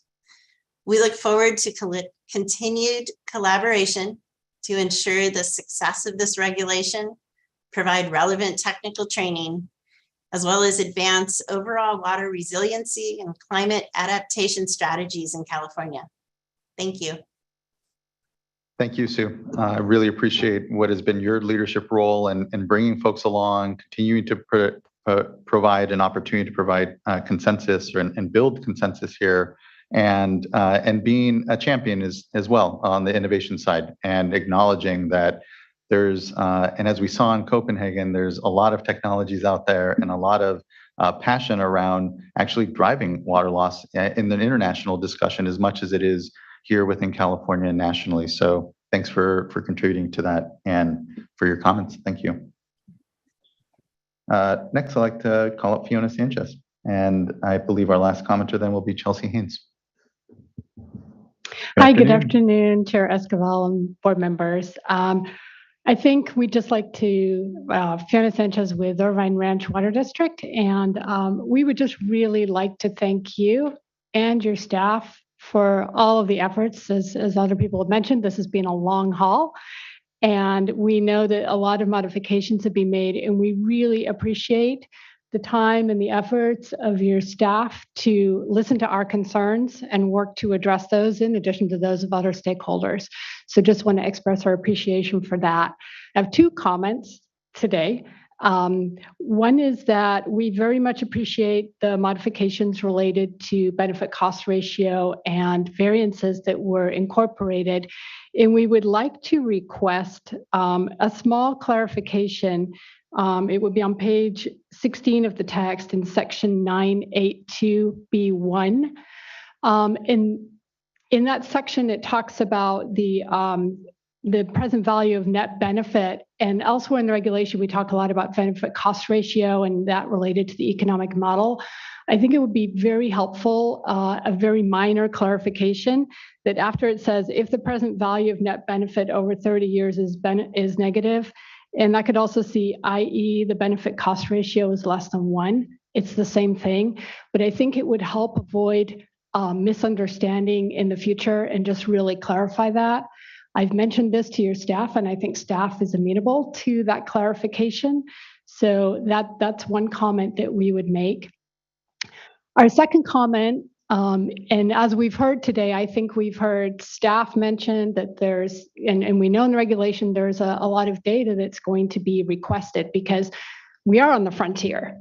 We're on the frontier of water law setting standards, and there's still a lot to learn. And clearly, there's a need for more data and better understanding. And so hopefully, we want to make data-driven decisions. And so I think what we would look to and perhaps request is something, perhaps language to be added into the resolution, that there would be a future commitment to an assessment of the data and evaluation of it through a stakeholder process so that we can all really learn from all of the data that is going to be collected and reporting on. So I think just seeing a commitment to that in the future through a stakeholder process is something we would request. And with that concludes our comments. With those clarifications and perhaps that commitment to that future data evaluation in a stakeholder process, we certainly would be very supportive of the regulation. Thank you so much, Ms. Sanchez, again, for your also long involvement there. I think those two requests seem quite reasonable to me. I think that, what I was thinking is we might want to have additional resolution language just referring to the get packs. I know we often do this, I know sometimes with some of our work. What I would be cautious is that we are going to be moving in quickly, as you know, into the water use efficiency as a way of life, conservation as a way of life legislation, and these larger budgets that we're going to be setting. And so I think in that context, it's good to get that tranche of work out of the way. And then, so I don't know what time frame would work best, but I think that would be good. So thank you. Okay. Appreciate it. Thank you very much. Mr. Rose? Yeah, I'd like to make just one brief flag, not assuming there will be any motions imminently, but about the proposal to add something in, like an IE benefit cost ratio is less than 1. I think staff would like to digest that briefly, just because section 982 subdivision B1 refers to the present value of net benefit over 30 years being negative, and that's in a different paragraph from benefit cost ratio. So they are, I think at the end of the day, they would be the same thing, where a present value of net benefit over 30 years being negative, meaning anything below 0, would be equivalent to a benefit cost ratio through the model of anything less than 1. But because of internal cross-references, I just want to make sure that we're saying the same thing here. Although certainly outside of the regulation text, I do believe we think that they are in fact equivalent, and therefore there could be, FAQs or other places where that could be clarified, because in fact we, by necessity, speak a little bit more clearly sometimes in things like FAQs and when we reach out to work with suppliers. So not trying to push back on that. I think that it's correct that those are intended to be equivalent, but I wouldn't want unintended consequences for referring to essentially a ratio that's in one paragraph versus the existing cross-reference, which is to a sum in a different paragraph. I appreciate that. And I think to the intent of Ms. Sanchez, it's just to create that certainty and clarity now so that when we go to that future moment, we're evaluating, we're not. But I think that there's ways of doing this conversation itself helps solidify that. But I think there may be ways of figuring out. So we'll take in consideration. Thank you so much, Ms. Sanchez. And last, I'd like to call Chelsea Haynes.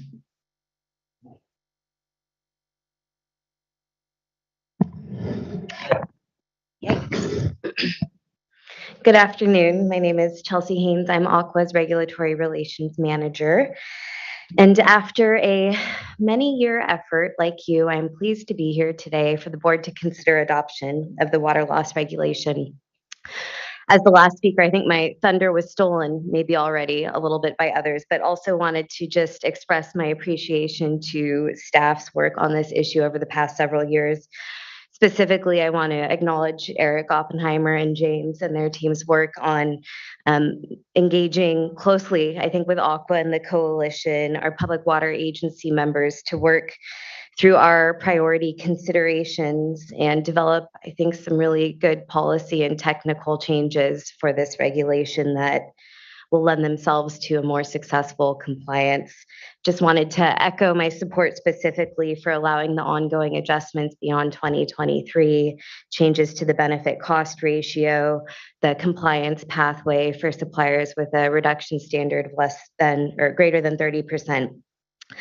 And I also just want to express my appreciation to you as the board for leaning into something technical, working with us to really understand the concerns, understand the challenges with the economic model, look for solutions through all of this. I think that this regulation is really important for a couple of reasons. One of them is obviously water suppliers are going to have an enormous lift to meet this standard. And so echo the call for additional technical and financial support.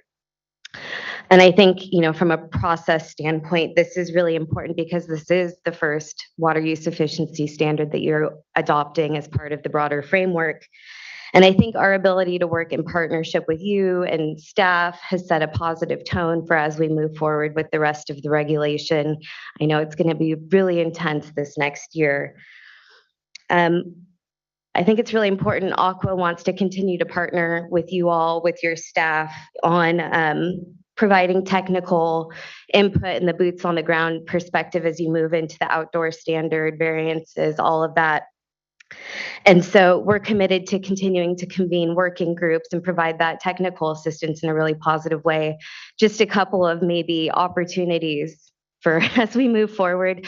One is just a commitment to try to get material out as early as possible for review, and that's public comments, technical documents, all of that. I know you have a lot going on, but we'll do a better job of providing technical input the earlier we're able to get it in advance of meetings. And then I'd say just really consider the format that I've seen with the Racial Equity Action Plan workshops over the past couple of months, where you've allowed for sort of Zoom breakout rooms and discussions and opportunities to really dig into stakeholder and public water agency input as you're starting to move forward on the implementation of this regulation.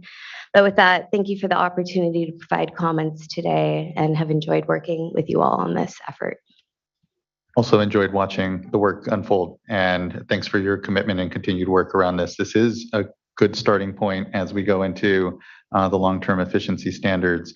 And I also am really heartened by where we are in the collaborative space, and we need to push forward because otherwise we're not going to get through next year if we're not clear, concise, and in good faith with one another on what are not easy issues.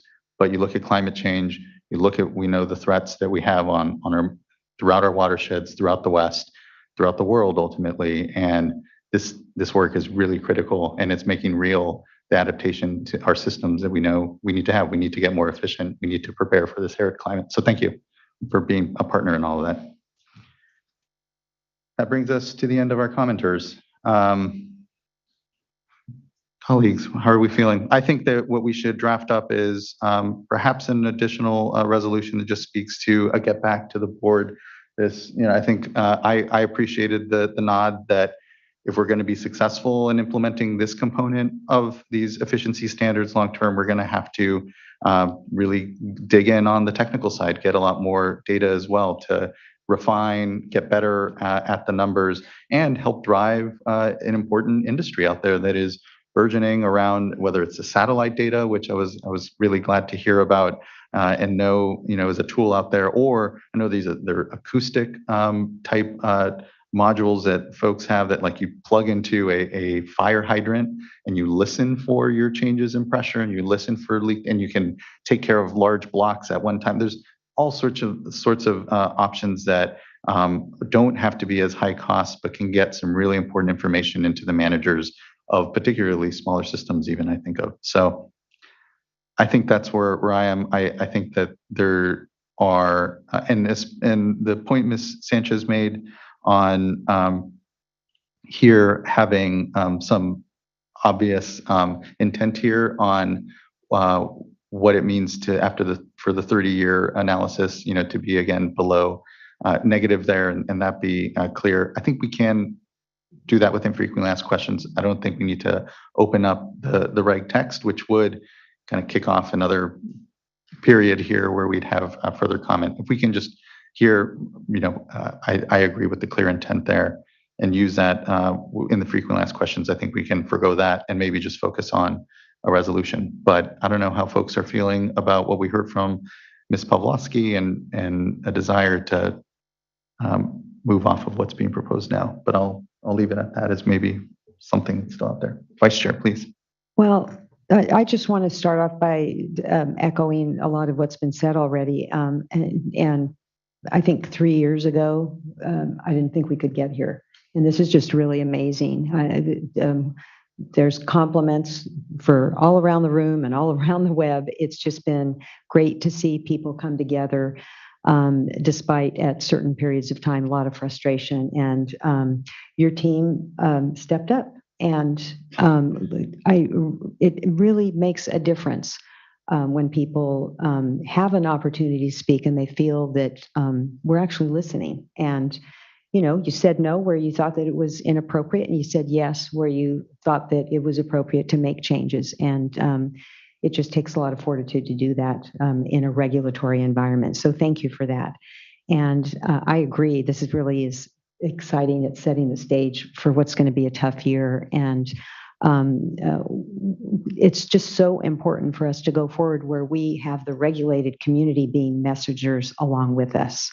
And so I think, looking at the assessment of data, I'd like to maybe make that resolution a little broader where we can hear back from folks. It'd be great to have a technology update.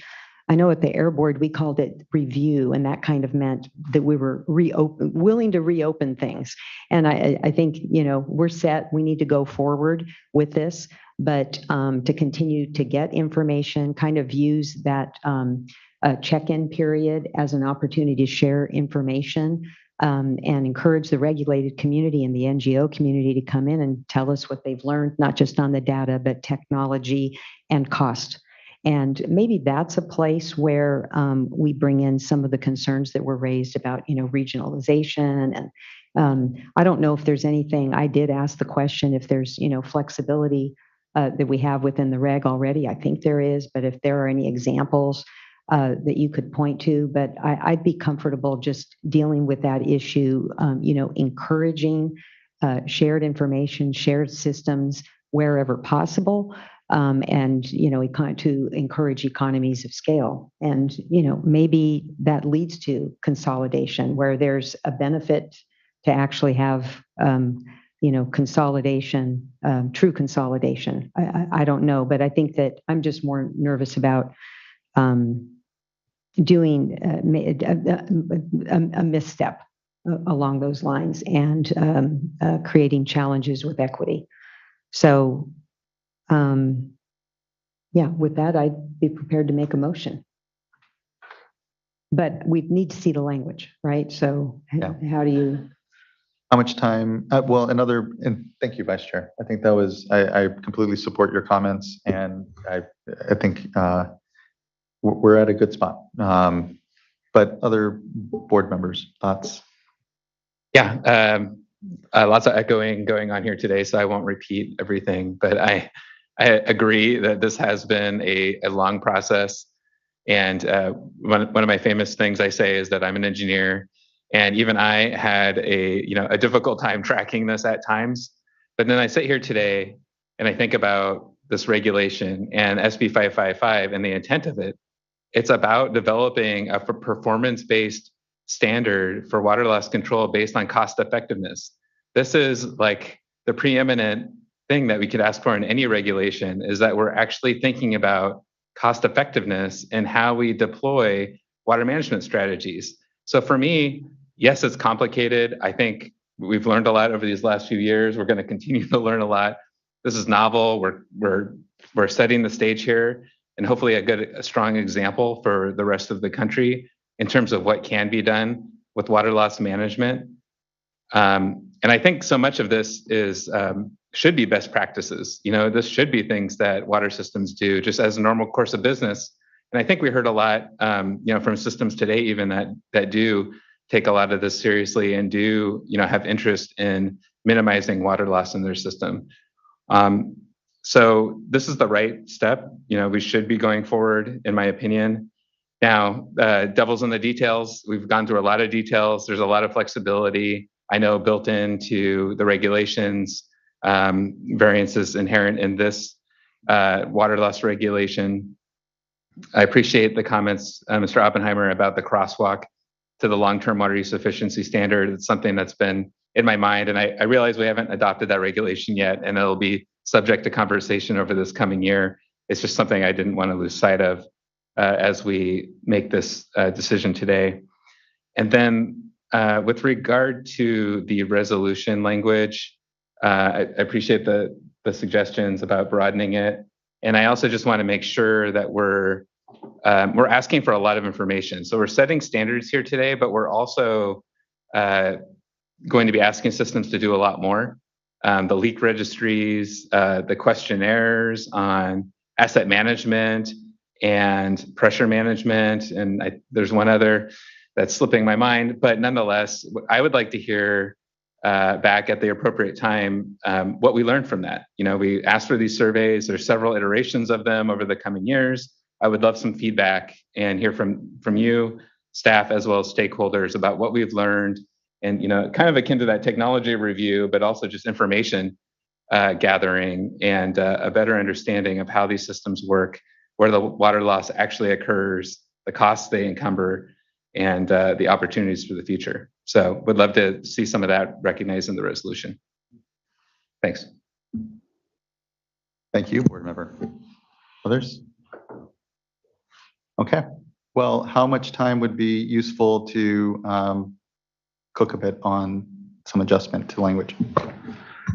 I'd say 10 minutes or so. If we're largely just talking about one or two resolution paragraphs, and then a little bit brief analysis as to whether a change could or should be made about the benefit cost ratio versus the present value. I'm not sure if I heard a strong interest in that, because I think that could be clarified better in cleaner, easier language. If it's problematic, then I'm okay with it being infrequently asked questions, but looking to other board colleagues for their input on it. Yeah, sorry, I meant to weigh in on that. I would be open to some input either way. I would like your opinion on any unintended consequences. Appreciate that. Then I think 10 minutes should give us enough time to look at that. And is that? I'll give you 15. Let's go ahead and come back at 2:05. How's that? Even better. Thank you. Okay. We'll recess here for about 15 minutes and come back at 2:05. And thanks, everyone. It's been a really fantastic discussion. Looking forward to what comes back.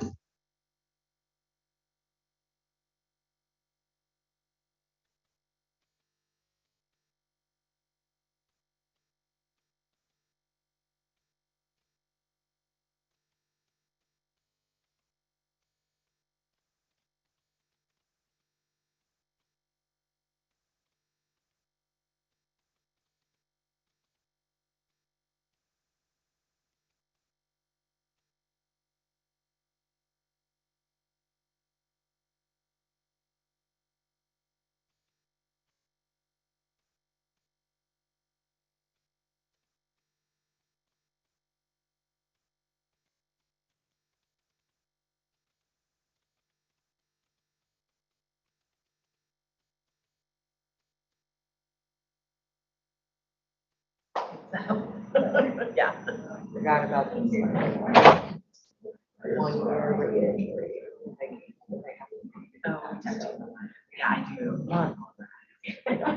They don't harm. No, we don't. Yeah, for sure. No, well, part recently last year, I overseen channel communications. That's in addition to I oversaw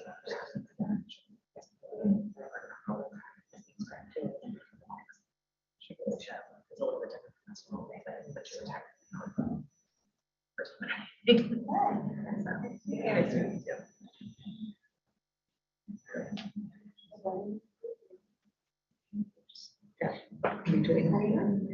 Or I'm doing it. We're gonna go to medicine area. We're going camping. Stay at kind of a nicer place to just wind down. Yeah, I've heard. Golden Eye. Okay. I heard. I've been once.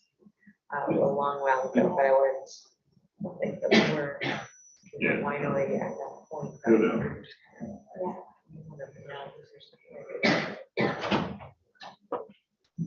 Yeah, just trying to hang out. Yeah, it'll be nice and not chilly. Exactly. So.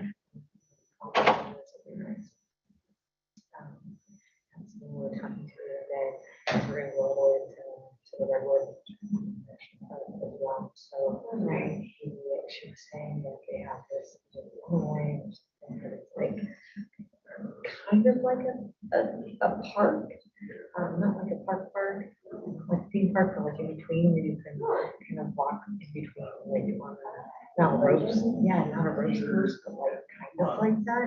Like the small stuff. I was like, yeah, that's nice, casual. To hooking up, making sure that I'm gonna also my dad. Yeah.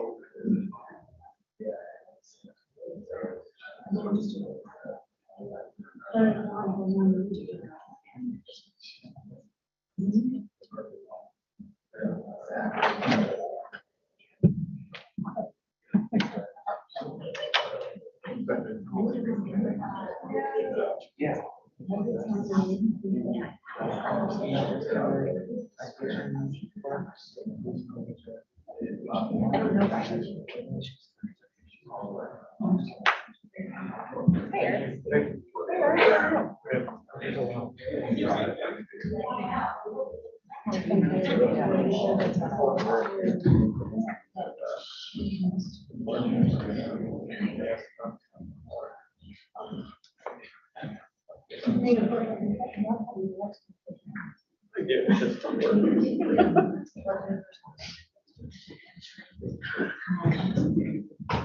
okay, yeah.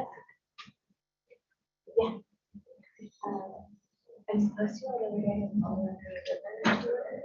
the fly.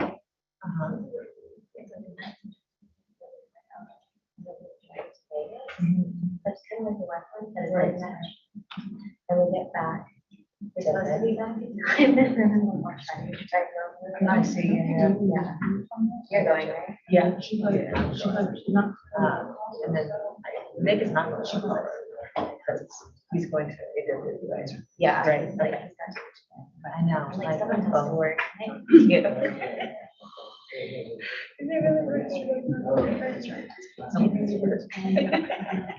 else, are you gonna say? It's a lot of office, it's also like, yeah. It's probably over half. If they have any, like an inspection. Like we stay.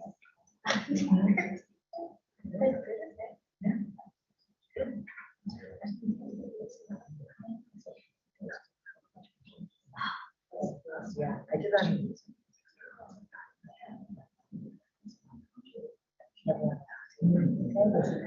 So good. Like, I will take this. Can't.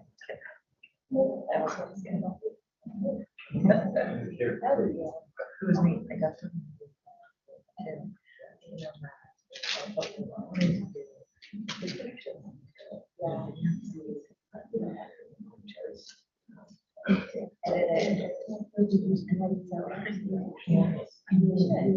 Yeah. I know. Make a list.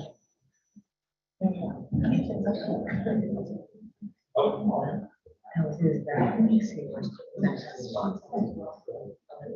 Towards the video, I know. More like yours.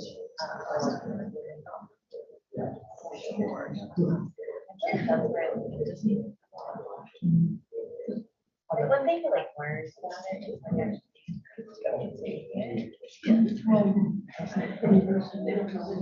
They're funny, they're very.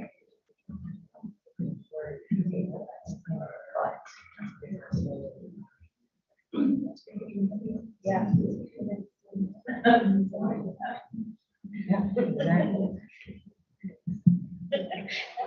By the way, Okay, everyone, we're at 2:05. I think we can begin to gather back.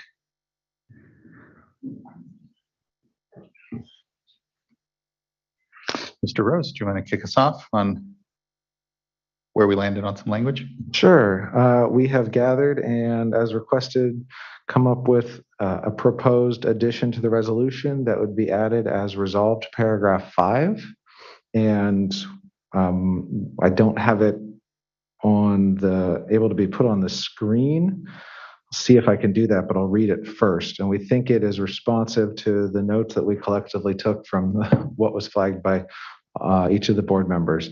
So this would be new resolved paragraph 5. The State Water Board, recognizing this is the first step, thank you for sharing, recognizing this is the first step in a multi-year regulatory effort, directs staff to report to the board as appropriate on implementation issues, including progress on data evaluation, model refinement, new assessment technology, and consideration of potential challenges associated with system consolidation. And I think, yeah, potential wasn't on the screen, but that's on what I'm reading to you and what we're proposing. So comma after associated with system consolidation, and to formally report back to the board at a public meeting on or before November 1st, 2028, with a summary of surveys received, any lessons learned from early implementation of the regulation, and anticipated next steps, period. The 2028 report shall include input from stakeholders. So that's our proposal. If you have any questions, we'd be happy to answer them, or if you think we missed anything that you'd flagged, we'd be happy to incorporate that. I think it's a fair and helpful summary of what I heard here at the dais, but looking to see if there's any concerns or further adjustment.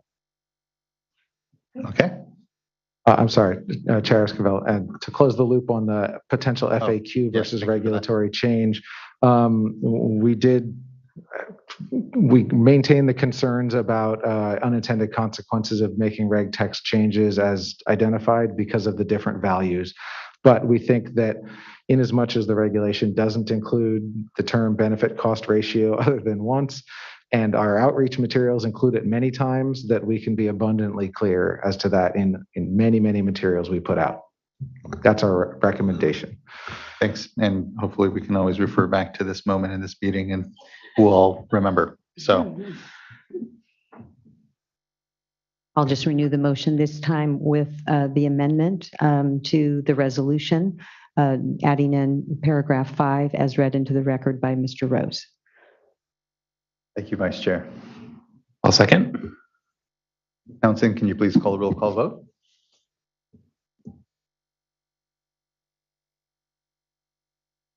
Vice Chair Diadamo, Aye. Board Member McGuire, Aye. Board Member Firestone, Aye. Board Member Morgan, Aye. and Chair Esquivel. Aye. Thank you. Thank you both. And the regulation is adopted. Congratulations. There's moments like this where I do wish we had the balloon drop, but we all know that as much as celebratory as the moment is, actually the work is really now just beginning. So just thank you, everyone. Thank you. Congrats. Good work. And thank you for what has been, again, a really important body of work here that we're only going to keep talking about in the next year. So thank you. That concludes item number 9, and really appreciate everyone's good discussion, and actually brings us to the end of today's agenda. We apologize. It does not bring us to the end of today's agenda. It brings us to a pause in our agenda, and we will be coming back here actually at 5 o'clock to continue on with our racial equity action plan workshop. But we will, because it was noticed to begin at 5 o'clock, and the purpose there is to really be able to allow folks that are currently at work, can't take a day off work to be able to participate in that discussion, to be able to do so. So we will be in recess until 5 o'clock, and then we will return. So thank you, everyone. Look forward to the discussion further later today. And congratulations again. Thanks.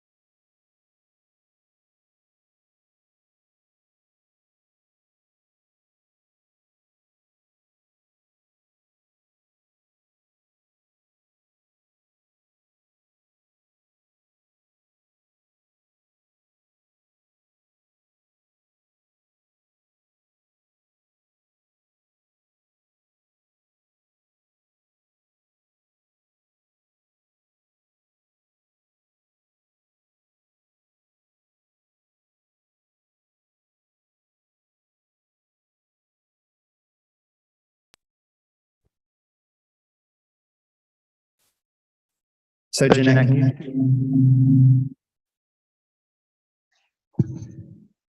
Who's got a live?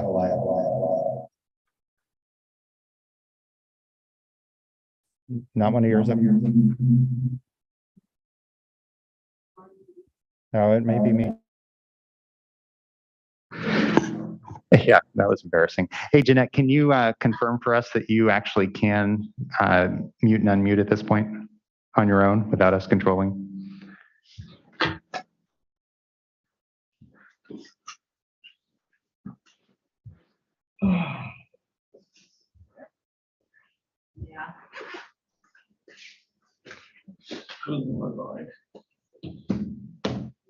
We're all done, so it's okay. Friend club. Hey, Jeanette, checking again. Can you hear us and can you mute and unmute at this point?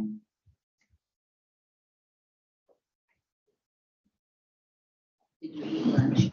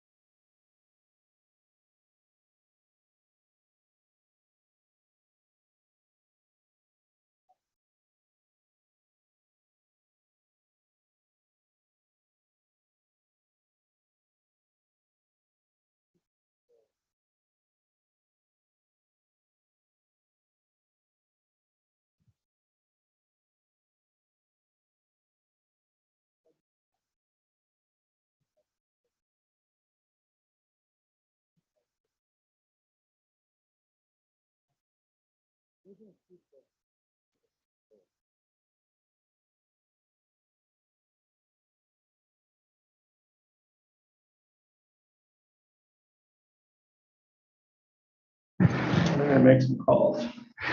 Hey, Jeanette and Mark, can either of you, first of all, confirm that you can mute and unmute? And then right now, okay, good. And then let's see, we probably need to flip the room so that it's on the English feed. Let me figure out how to do that on the BTC again. So hold on a second.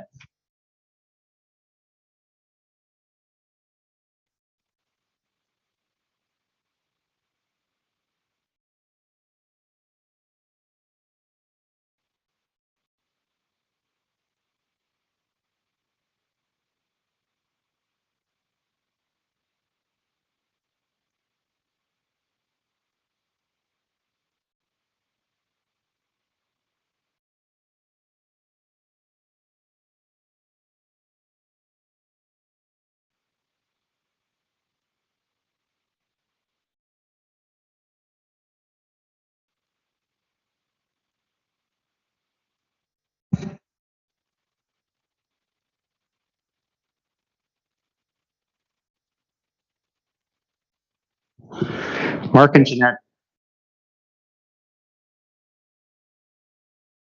All right, so Mark, we now have the room in here and the VTC on English. So I assume that was you doing a test. Great, thanks. Doing great, thanks.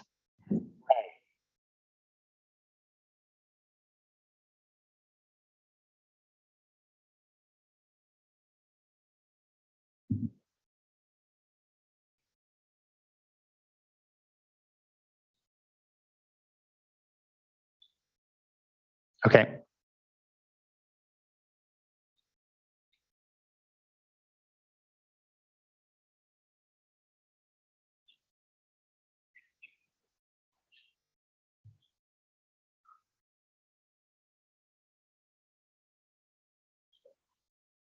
Okay, that sounds good, Mark. Appreciate it. One quick thing, I don't know the extent to which you all work this out, but when you do the instructions for how to switch, are you also going to do the instructions, because we are going to have two PowerPoints, and one will be Spanish, one will be English, and the individual Zoom users will need to switch because the PowerPoints don't correspond to a language. Zoom doesn't have that capability. So they'll need to use the view button within Zoom and then select which of the two PowerPoints share screens they want to view. Are you going to be covering that too? Perfect. Perfect.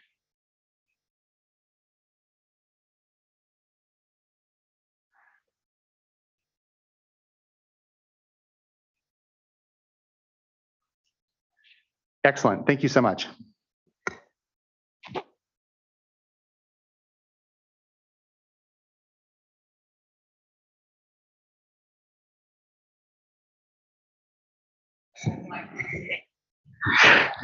Hi, this is Michael Loffer. So Mark was just kind of going through and doing a test. We have the room feed set up on the video conference equipment for the English feed, and Mark is going to be taken out of the interpretation, and that way he can broadcast on the main audio feed and provide the instructions to everybody as to how to select Spanish language feed.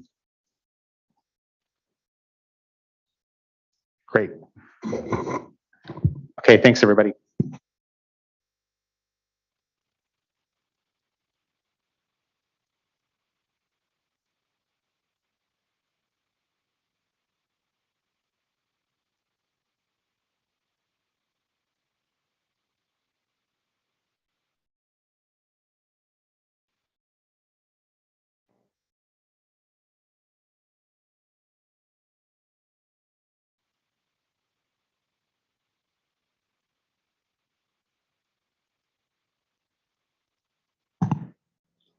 Jeanette and Mark, can you do one more quick send just to make sure that we're getting on the English feed now that we've reset one piece of the equipment here?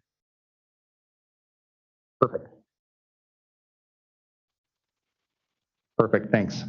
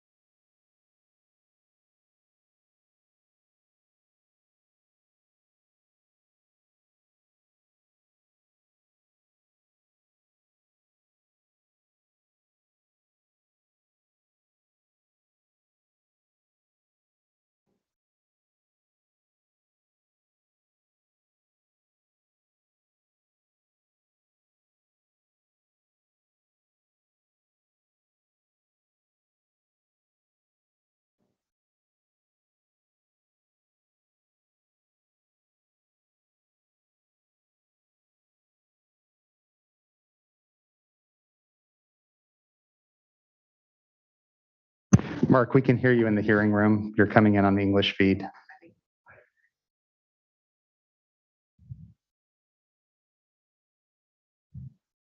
Yep.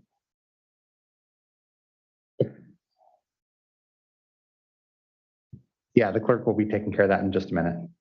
Thanks.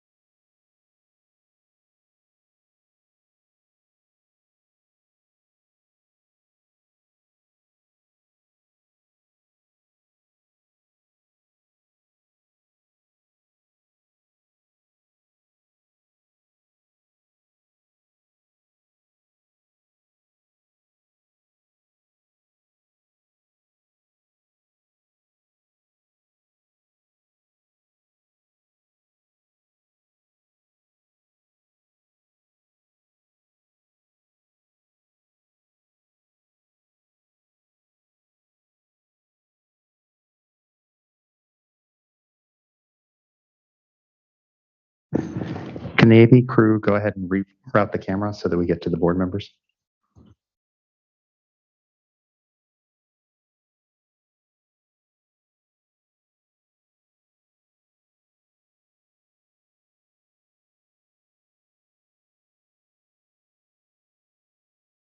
Okay, everyone, it's 5 o'clock. I think we can begin to gather back.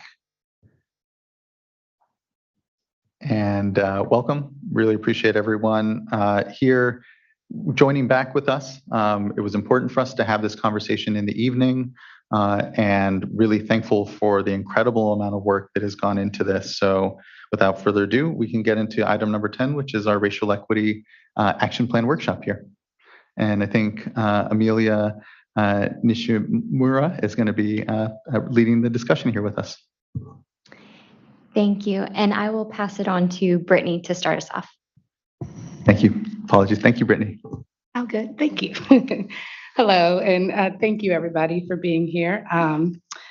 We would like to note that interpretation services are being offered for today's session. To listen or to comment or question, given in Spanish, please select the globe icon on the bottom of your screen in Zoom that says interpretation, then select your language. You will then be able to hear a live rendering of the comments and questions in English. Thank you. For people who are on the webcast, there is an interpretation option at video.cal.epa.ca.gov/#. Right? All right. This is also a reminder to those presenters and those making comments to please speak slowly, which I have to keep reminding myself so that our interpreters can translate today. I would like to welcome Chair Escobar and Vice Chair Diadamo and Board Members Firestone, McGuire, and Morgan. Thank you guys for being here and hearing us today. And a welcome to everybody else in attendance, whether in person or online. Next slide, please.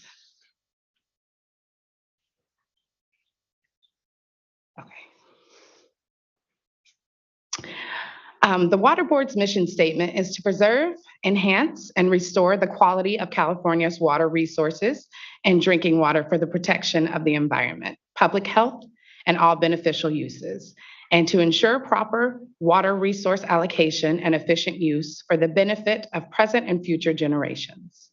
The California State Water Resources Control Board and 9 regional water quality control boards are committed to ensuring that every Californian enjoys equitable protection from environmental harm.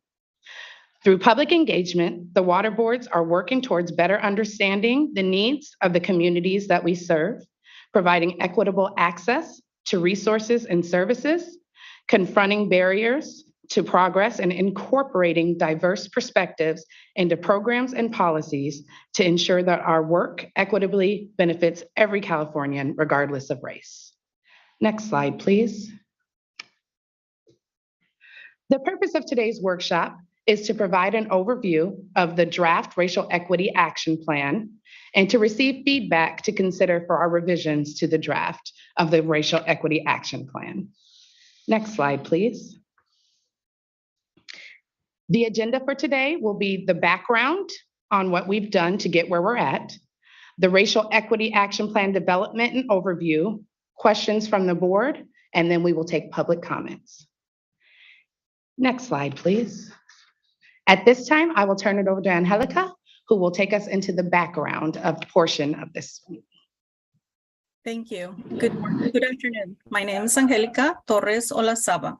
Before we talk about the action plan, we want to mention some fundamental concepts we see and how we are working towards addressing them with the action plan. Next slide, please.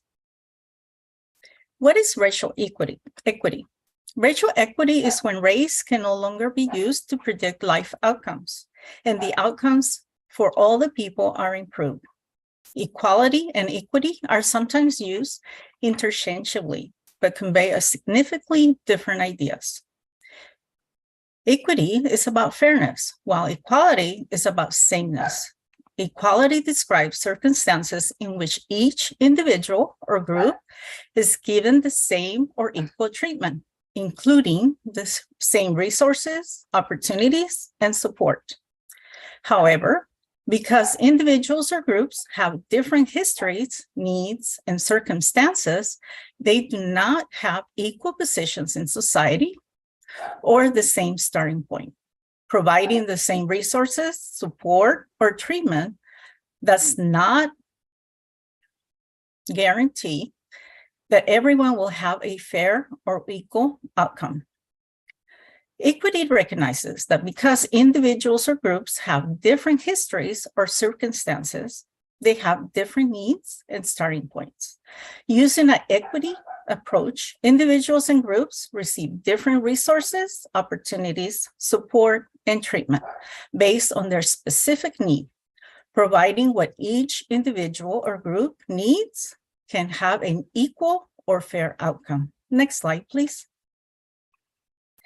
There are 4 dimensions of racism. Explicit and implicit racial biases drive racial inequities. These can be in the form of individual racism, interpersonal racism, institutional racism, and structural racism. Individual racism is discriminatory perspective an individual holds towards other races and ethnicities. Interpersonal racism is a collective racism where groups or racist individuals join together. Institutional racism is a form of racism that is set through lawmaking and organizations processes that support white people more than people of color. Structural racism is the framework which society is built upon that instills and reinforces practices that preserve inequality based on race and encircles the other tiers of racism as illustrated on this slide. Next slide, please. The State Water Board's racial equality vision mirrors the Water Board's vision, which is a sustainable California made possible by clean water and water availability for both human uses and environmental resources protection. The racial equity vision is a sustainable California where race no longer predicts where clean water is available or who has access to it, and a workforce that reflects the communities we serve. The vision was developed through sessions with Water Board staff, executive management, and external partners this year. And like a compass, the racial equity vision guides the action plan process. All the goals and all the actions aim to fulfill the vision. Next slide, please. Our racial equity journey. In 2016, the state water boards adopted a resolution that identified the human rights to water as a top priority. I start with this because the resolution refers to communities that experience disparate impacts in the context of this human right as disadvantaged, low-income, impacted communities. And this helped shape priorities and funding for equitable access to safe, clean, and affordable water adequate for human consumption, cooking, and sanitary purpose. In 2017, the state water boards adopted definition for tribal beneficial uses. In 2018, before developing its racial equity team, the water boards began participating in a Cal EPA racial equity team and working with the Government Alliance on Race and Equity, GEAR, a national network of government agencies working to achieve racial equity and advance opportunities for all. In 2019, water boards adopted the tribal consultation policy.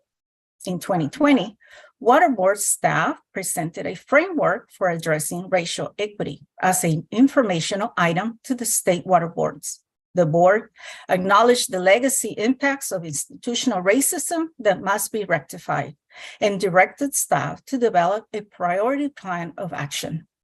And thus, State Water Board's Executive Director, Eileen Sobek, established a racial equity team to advance racial equity for our agency. The team is made up of a group of employees who represent various job classifications and areas of expertise throughout state water boards. Next slide, please. In 2021, from September to October, the racial equity team solicited input from tribal governments, the general public, the regional water and state water boards divisions, offices, and employees on the racial equity resolution. And on November 16, 2021, the state water boards adopted the resolution condemning racism, xenophobia, bigotry, and racial injustice, and in strengthening the commitment to racial equity, diversity, inclusion, access, and anti-racism, which we refer to as the Racial Equity Resolution. In affirmation of the commitment, the board directed staff to undertake actions to achieve racial equity throughout all water boards programs and activities.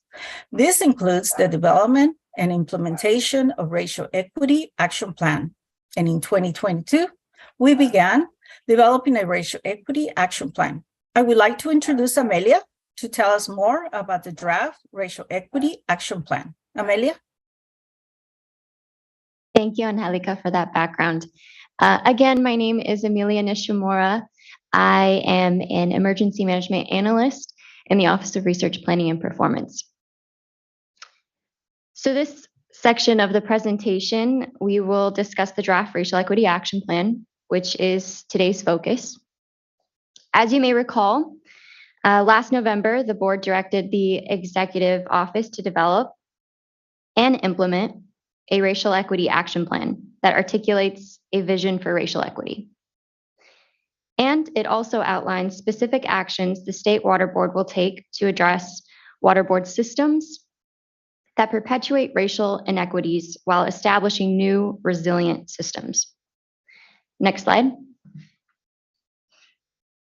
The action plan must outline steps we'll take to normalize conversations about racial equity, foster a workforce that competently integrates racial equity into its work, and effectively reach and engage with Black, Indigenous, and people of color communities that will benefit those we serve. Additionally, it was directed that the action plan be developed within 1 year of adoption of the Racial Equity Resolution, be metric-driven in order to evaluate progress, and incorporate all state water board divisions, offices, and programs and address all aspects of our work. Regional boards are taking the lead to create their own action plan directives. Next slide. The Racial Equity team developed the draft Racial Equity Action Plan based on input from water boards, including our board members, management, and staff, as well as tribal governments and the general public. In May, we held visioning retreats, strategizing retreats, racial equity employee support lunch sessions, and we continue to hold tribal consultations and receive emails through our racial equity inbox. In July, we held public workshops, which we'll speak about a little bit more on the next slide. And in August, the draft Racial Equity Action Plan went through executive management reviews and board member briefings.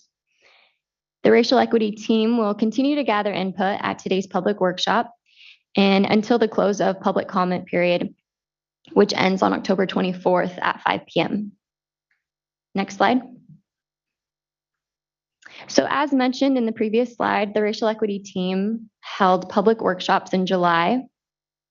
A version of the draft action ideas document was shared with the public during these public workshops. The Racial Equity team members, in partnership with the Office of Public Participation, facilitated 4 workshops. There was one that was a statewide virtual workshop, and we held 3 regional workshops held virtually and in person. These took place in Reading, Mecca, and Visalia. During the workshops, we shared some of the action plan ideas that staff developed. Next slide.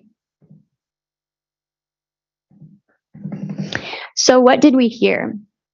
Many of the comments received during the July public workshops pertain to opportunities in the areas of integrating the racial equity resolution principles and goals throughout water boards, policies, programs, and practices. Improving the water board's understanding of racial equity and increased representation of Black, Indigenous, and people of color at the water board's levels, as well as fostering more empowered communications, engagement, and relationships with Black, Indigenous, and people of color communities. The majority of comments received pertain specifically to removing barriers for community access and meaningful participation in decision-making processes. Next slide. Input gathered from the water boards, tribal governments, and the general public since last May has shaped the action plan's approach to advancing racial equity. This approach is framed in 3 strategic directions that each tie into 2 to 3 general goals and very specific actions. The racial equity team has identified lead and supporting water boards divisions and offices responsible for implementing these actions. Next slide. Now I'll try to give a brief overview of the action plan structure. The action plan has 4 main parts: the vision, strategic directions, goals, and actions. The vision lets us know where we want to end up. The strategic directions clarify how we will achieve our vision. And there are 3 big strategic directions in the action plan. For example, the first is to integrate racial equity and measure impact. So how will we achieve our vision? One way is by integrating racial equity and measuring impact. The goals are broad outcomes that should flow out of the strategic directions. Each strategic direction has 2 to 3 goals, or you can consider them outcomes. Then under each goal is a list of actions that are the what we should do to achieve our goals. Actions for strategic direction number 1 are shown in the table you see on your screen. And each action is assigned to divisions or offices who will take a lead or a supporting role in implementing the action. The action table also shows the stage or the progress of each action. These are used to evaluate and monitor progress in the future. Next slide. Again, the strategic directions answer the question, how will we achieve our vision? The first strategic direction is integrating racial equity and measuring impact. That means we achieve our vision in part by infusing the racial equity resolution throughout the state water board's policies, programs, and practices, and by measuring progress towards goals and adapting when necessary. There are 2 goals that represent the outcomes we should expect to see from this direction. One being the water board's data are accessible, equitable, and culturally relevant. And 2, water board's programs and policies are evaluated and realigned to address racial injustices. Again, each of these goals come with a list of actions that can be seen in the draft document. Next slide. Strategic direction number 2 is creating and maintaining spaces for inclusion and belonging.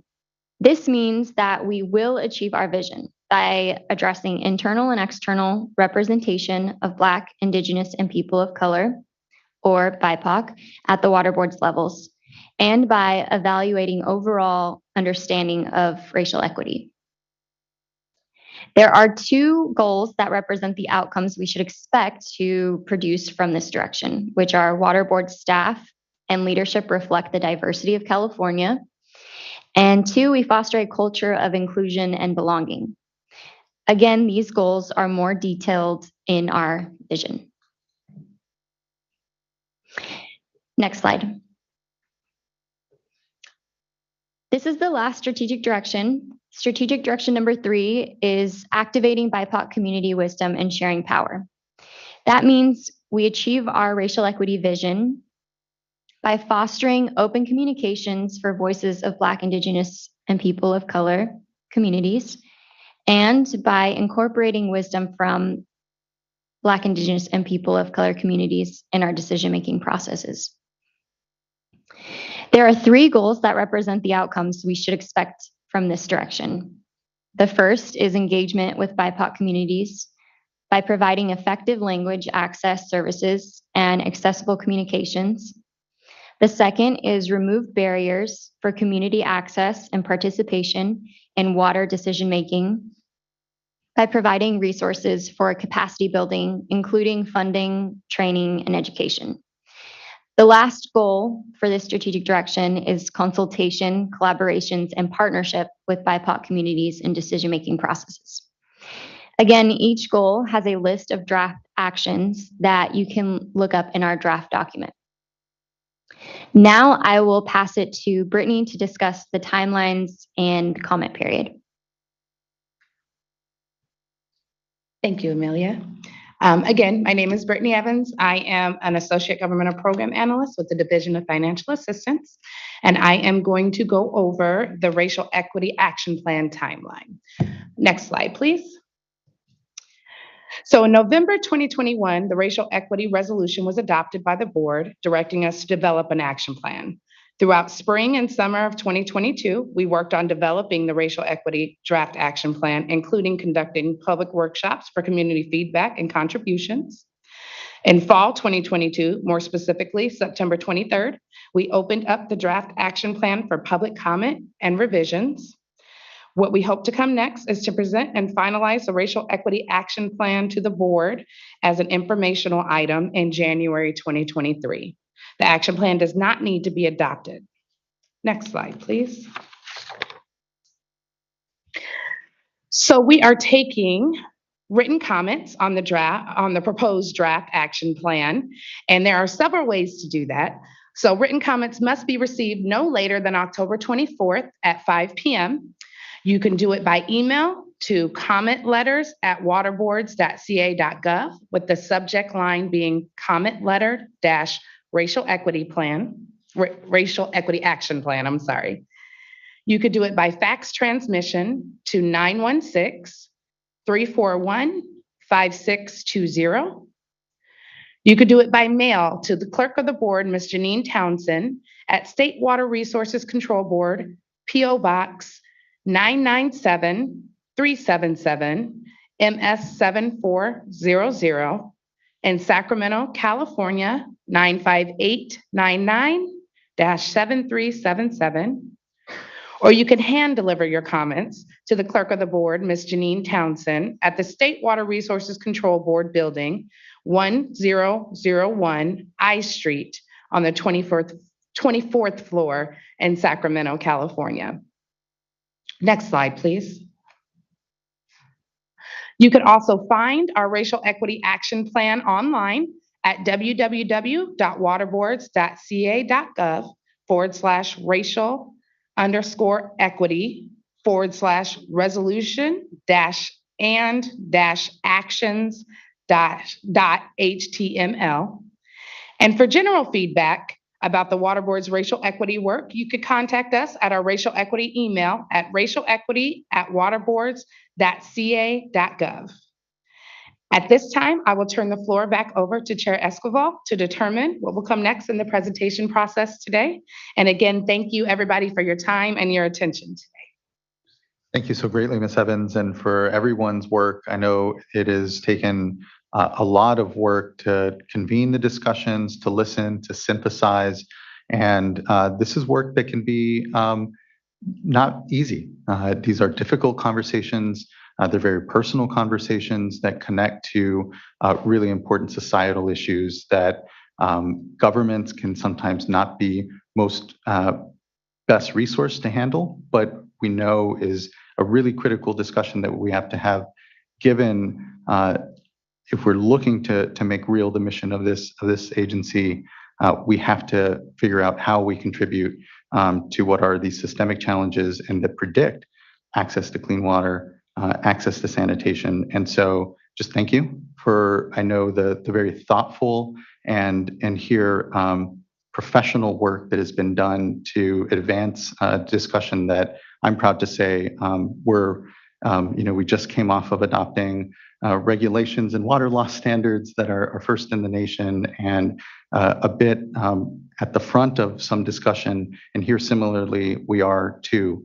And it comes with, I think for us, a lot of understanding and realization that you have to approach these conversations very openly with a lot of grace and allow that we all come to it from different places.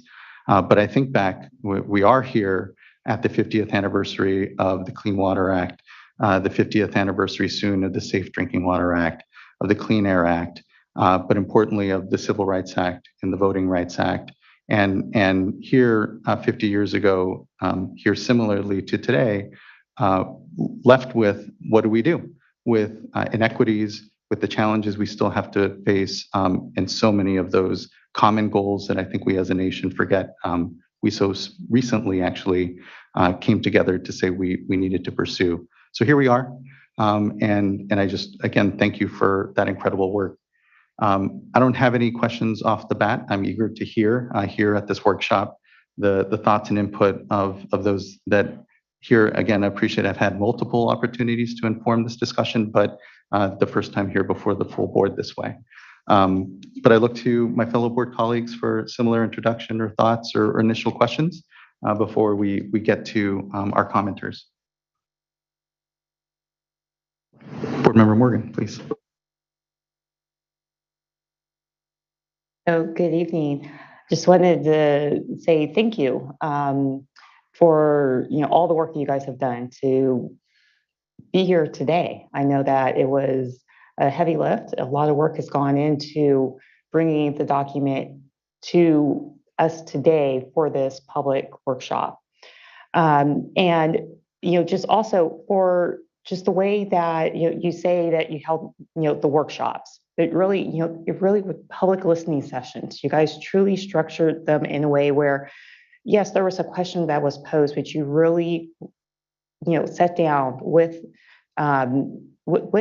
Californians, those that we serve, and you listened and you took in that feedback. You listened, you heard what the concerns were, and then you incorporated it into the document that went out for public comment. And so I want to just say, thank you. I have been hearing from many of our stakeholders just how grateful that they were for the way that the workshops were structured and that they truly felt heard. So, thank you for just all the great work that you guys have done and the way that you truly were listening to our communities. I'm looking forward to just hearing the comments from today and just looking forward to the work that's ahead. You guys, it's a great group that has been formed. Amazing work that has been done. I know that there's a lot more yet to come, and just really looking forward to just seeing how this work expands and how we bring more stakeholders to the table, and where we are truly listening to all the communities that we serve and how we're breaking down those barriers, where we truly, we get to the goal, I believe it's to be fostering a culture of inclusion and belonging, to where there's no longer those barriers, or there's no longer the feeling that there's a barrier of coming and sitting down and talking to the water board and being heard. And you guys have just, with grace, have shown that, we are here to listen. So thank you. So much, Board Member. Board Member Firestone. Or I'll add, thank you. It's so great to see you all presenting today. And I wish we could see all the folks that have been part of the different listening sessions and feedback already, but I'm excited to hear from more of the folks today. I guess I'd want to just start out saying how clear I think this board's commitment is to this resolution and an action plan to achieve it. And I'm really proud of the way that we've been pursuing this work. As Board Member Morgan said, I think really intentional and thoughtful and humble in some ways of just trying to listen to, we don't know all the answers. It's not about just standing up here, sort of declaring something. This is about us trying to find a meaningful way to make change. And I'll just say I am really optimistic about this. I feel like we really do have, the intentionality and the team and leadership here to really make this meaningful and really try to see some changes in outcomes. I mean, that's the goal. It's not just to go through a process or check boxes or hold meetings or create documents. It's really to see the outcomes we're trying to achieve. And I do have optimism that we can do that. For today, this process right now is a workshop on the action plan. I'm really excited to hear from folks. I was just looking, it looks like we have about 10 people. Does that sound right? Just in terms of timing, I had some kind of clarifying questions. I want to make sure that I don't take up too much time for that, but maybe there's a couple I have just that may be helpful for commenters to ask before commenters, and then if there's more questions afterwards. Easily, yeah, sounds good. Okay. So one question is, we have, I think it's very helpful the way that this is laid out to have very thoughtful the way that this is laid out. It's a real action plan. I think it says who the lead roles are. And I appreciate the stages of just being really frank about this is where we are. This is what we can do with our existing resources. This is what is going to require more. So we're moving together with shared expectations and understanding. I'm curious on the staging. I appreciate this isn't a timeline. It's not like this will take 3 months. It's saying this is where we are. We're in stage 0. We're in a scoping phase. But I think some of these things, that may just example, just to be more concrete, are under goal 1B around developing a racial equity toolkit, training and guidance. I think right now that's the first action under 1B. That is in stage 1, which is preparation, scoping, and data collection. I know we're moving on that, and staff have been working really hard on, or our racial equity team has been working really hard on this. But it's also something that is the foundation for being able to move many of these other things forward. So can you just maybe comment a little on, or help to flesh out a little bit more how to think about how to interpret what we have here in terms of stages, in terms of expectations on timelines and sequencing a bit? Like, it seems like for a lot of that one in particular, it's going to be hard to accomplish many of the things on here if we don't have some basic framework. I know we're working, I'm seeing this with the shared understanding that we're on the same page on this, but just in the sense of clarifying it, we're developing this and we're going to have to do it. It's some ways a foundation or prerequisite to implement many of the other things. So just wondering if you can speak to that as an example, and maybe I could throw other sort of questions related, but just around that issue of timeline and stages. Like, because it says 0, does that mean we're not going to get to stage, because it's just in scoping, does that mean we're not going to get to a complete action for another 3 years? Or does it, does it mean we think we can get through stage 1 through 4 within a few months? Just how do we understand those stages within the idea of kind of sequencing and timelines?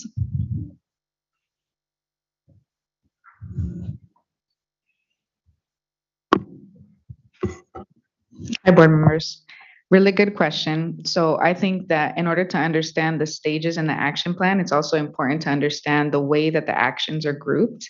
And the way that we've restructured the plan is to have the first set of actions as existing actions with existing resources or programs, and then new programs or actions with existing resources. And then the third category, which is new or existing modified actions that would require additional resources.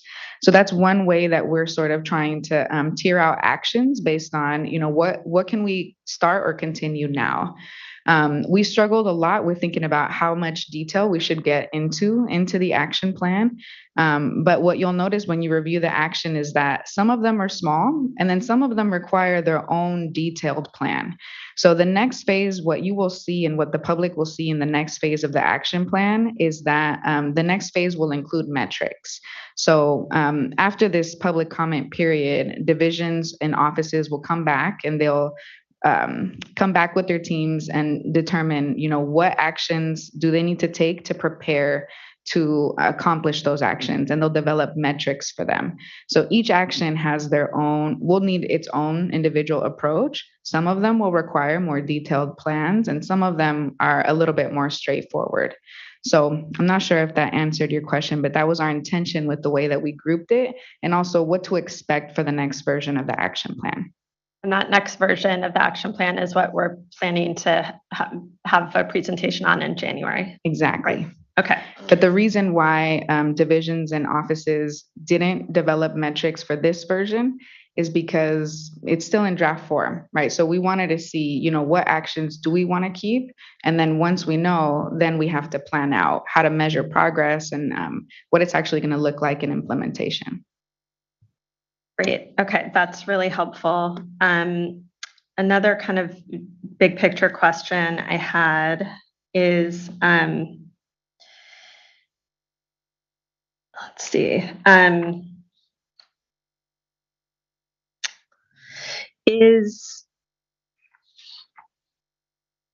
there's a couple things where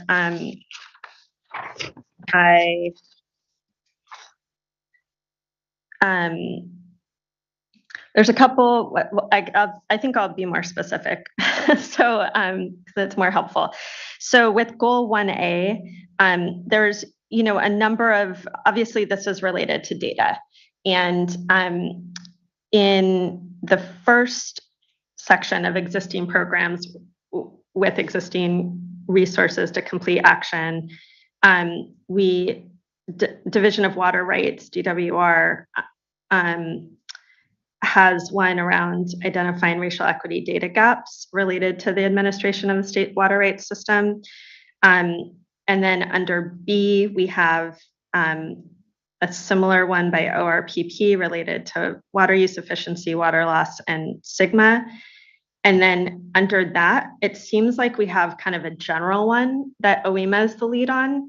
And I guess I'm wondering, it seems like every division at some level is going to have some part of identifying data gaps. And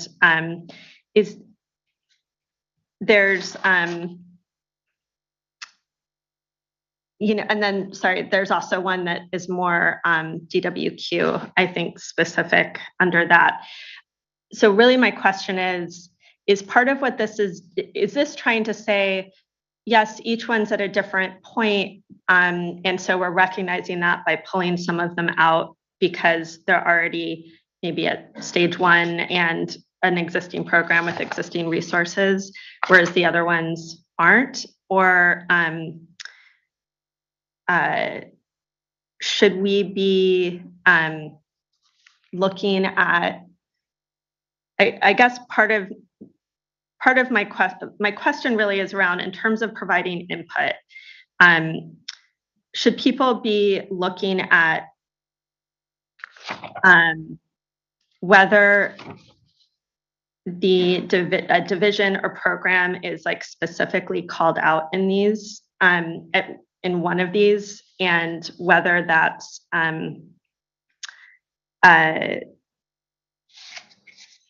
reflecting the data gap need they know, or is this one that OWEMA is the lead on that lists most of the divisions and offices except DWQ. Sort of a all-encompassing one. I'm not asking this very clearly. Basically, I'm confused about whether folks should be providing more specific input and around whether what the actions are needing to be around identifying data gaps. There's some of these are like they're each a little bit different, and I'm trying to understand why, and if there's things that we want to make sure we're getting feedback on related to that. I don't know if that's. I can try and be more clear. So I'm gonna answer this, and please correct me if I'm wrong. But the needs are different for every department. So when we're, or for every, everybody has different needs for them. So what we tried to do, at least when we as DFA were assigning ourselves to items on here, were things that we were already working on, things that were already in the process of us doing. So when we put DWQ or DFA or whoever first, it's because we were taking the lead because we already started doing some of those things. It still means that it's gonna vary for each person. It's not going to be the same for each division and each office. All of our needs vary depending on your department and what you're doing and who you're servicing. So there still will always need to be some additional research on your end to identify those gaps, or your gaps may be different than their gaps. But those people who signed up are people who maybe already have this certain data available to give to other people, or have already researched some of these things so that they can provide that information to other people. And then you can go from there as to what works for your division or office. Okay, so, and then I guess for the one that OWEMA is the lead on for that's around gathering and incorporating existing demographic data to measure and track demographic impacts. Is that one that really should include all programs? Is there a reason why DWQ would be pulled out separately, or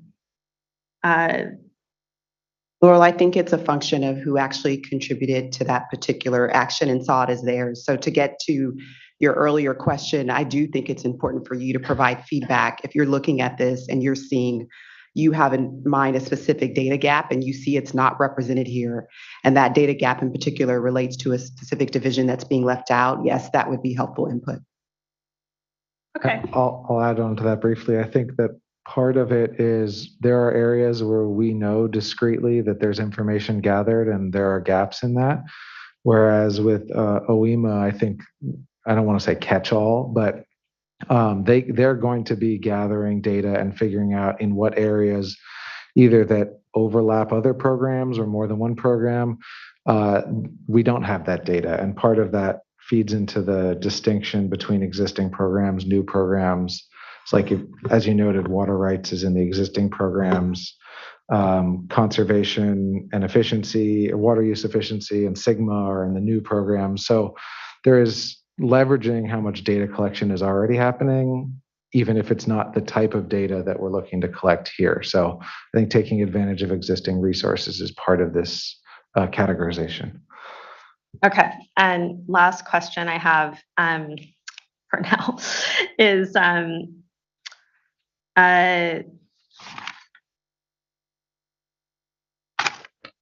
my goodness, I just lost my thought.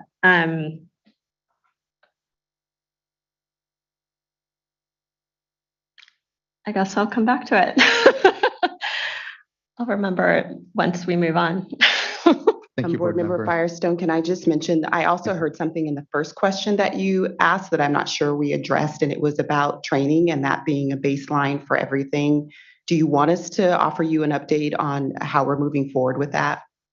Okay, great. So we are very much in the midst of our Train the Trainer program, and we have about 10 folks who are participating in that and we are going through the certification process with to become trainers based on the Government Alliance on Race and Equity and Cali PA curriculum that we've developed. Our goal with that program is that by January, We will have completed that certification process, and we anticipate next year being able to train over 700 water boards employees through that process, which we're really excited about.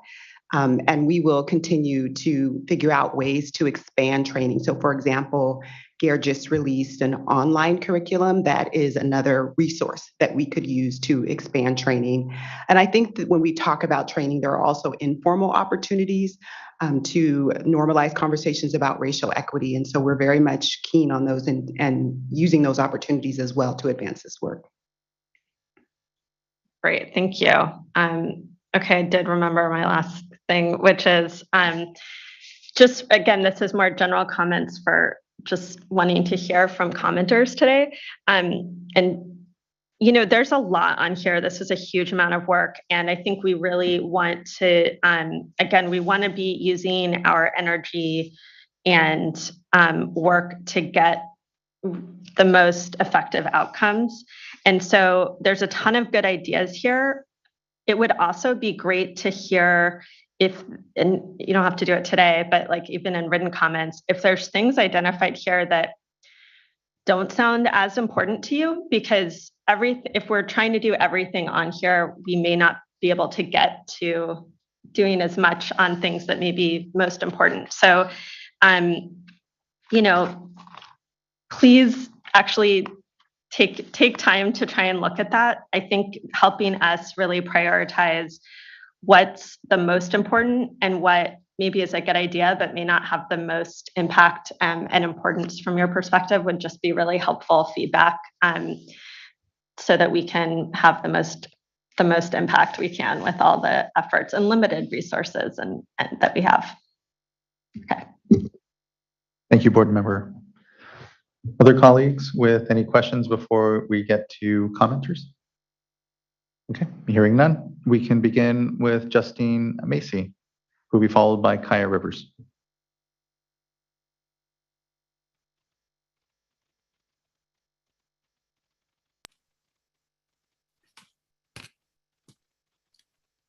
Good evening. Hi, good evening. Thank you so much for presenting this plan. I think it's incredibly important for the state to acknowledge past inequities and to ensure that we don't further exacerbate them. So I'm just making a general comment here in support.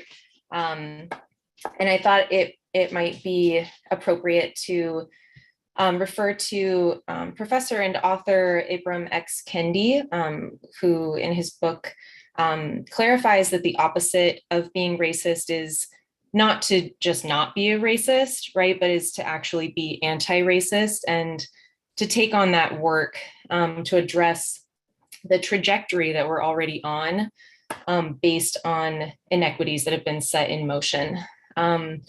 So in particular, I find in this plan, the portions about gathering more data to track disparate impacts are extremely important. For example, in Goal 1A, Action B, I think that's going to be really critical, particularly for drinking water and ensuring the human right to water in California. So thank you so much for your work. Thank you, Ms. Macy. I really appreciate your contributions and importantly, the flag around data. I think here at the national level, the Justice 40 initiative and others, which, you really need the data to be able to understand where are the inequities, how do you help and ensure that resources are going to bridging those longstanding inequities. And here again, the data component is really important amongst all of it. So I agree and thank you. I appreciate your contribution. Next, I'd like to call Kaya Rivers, who will be followed by Don Wright. Hi, good evening. Good evening. I don't have many comments today, but I do want to say that I really appreciate those who put this plan together, and I'm excited to see it put into action. Yeah, so I just want to express my gratitude and thank you for holding this hearing today to hear from the public. Thank you. Thank you, Ms. Rivers, for being with us here and for your support. Much appreciated. Next is Don Wright, And next, and followed by will be Eric Oriana. Hi, thank you for allowing me this opportunity to talk. I had attended the Visalia workshop, and I don't want to sound like I'm playing favorites, but you guys got a winner with Adriana Renteria. She was so helpful to me and with what we were trying to accomplish there. I would like to point out that I did not hear one person say racism is the problem. I heard them say water supply is the problem. And I have a couple of concerns with the Racial Equity Action Plan. My biggest is it's not going to be either adopted or denied by the board, which really comes across as a lack of accountability and transparency, because what you're doing is you're putting your staff in a position to make decisions and to bring them to you. You might have some guidance, but you're not being held accountable. Nobody is. And that's very much a problem that I would hope that you will consider addressing by holding a vote. The other thing is you've got in some language that's not very well defined. It's not clear. What is the lens of racial equity? You know, equity is, I'm not saying you guys are Marxists, but critical race theory is a Marxist theory. And it gets a little bit nervous when you hear terms that are associated with Marxist theory being used around water rights. And I know you all know a right is not something the government gives. A privilege is what the government gives. Rights are what the people that own the government have. And my last comment would be this in-stream flow that you have the plan has a provision about protecting BIPOC communities. And by the way, we're all indigenous and we are all people of color, no matter what our skin tone. They withholding in-stream diversions, that doesn't help recharge. And I know that the Farm Bureau has to be a part of this planning.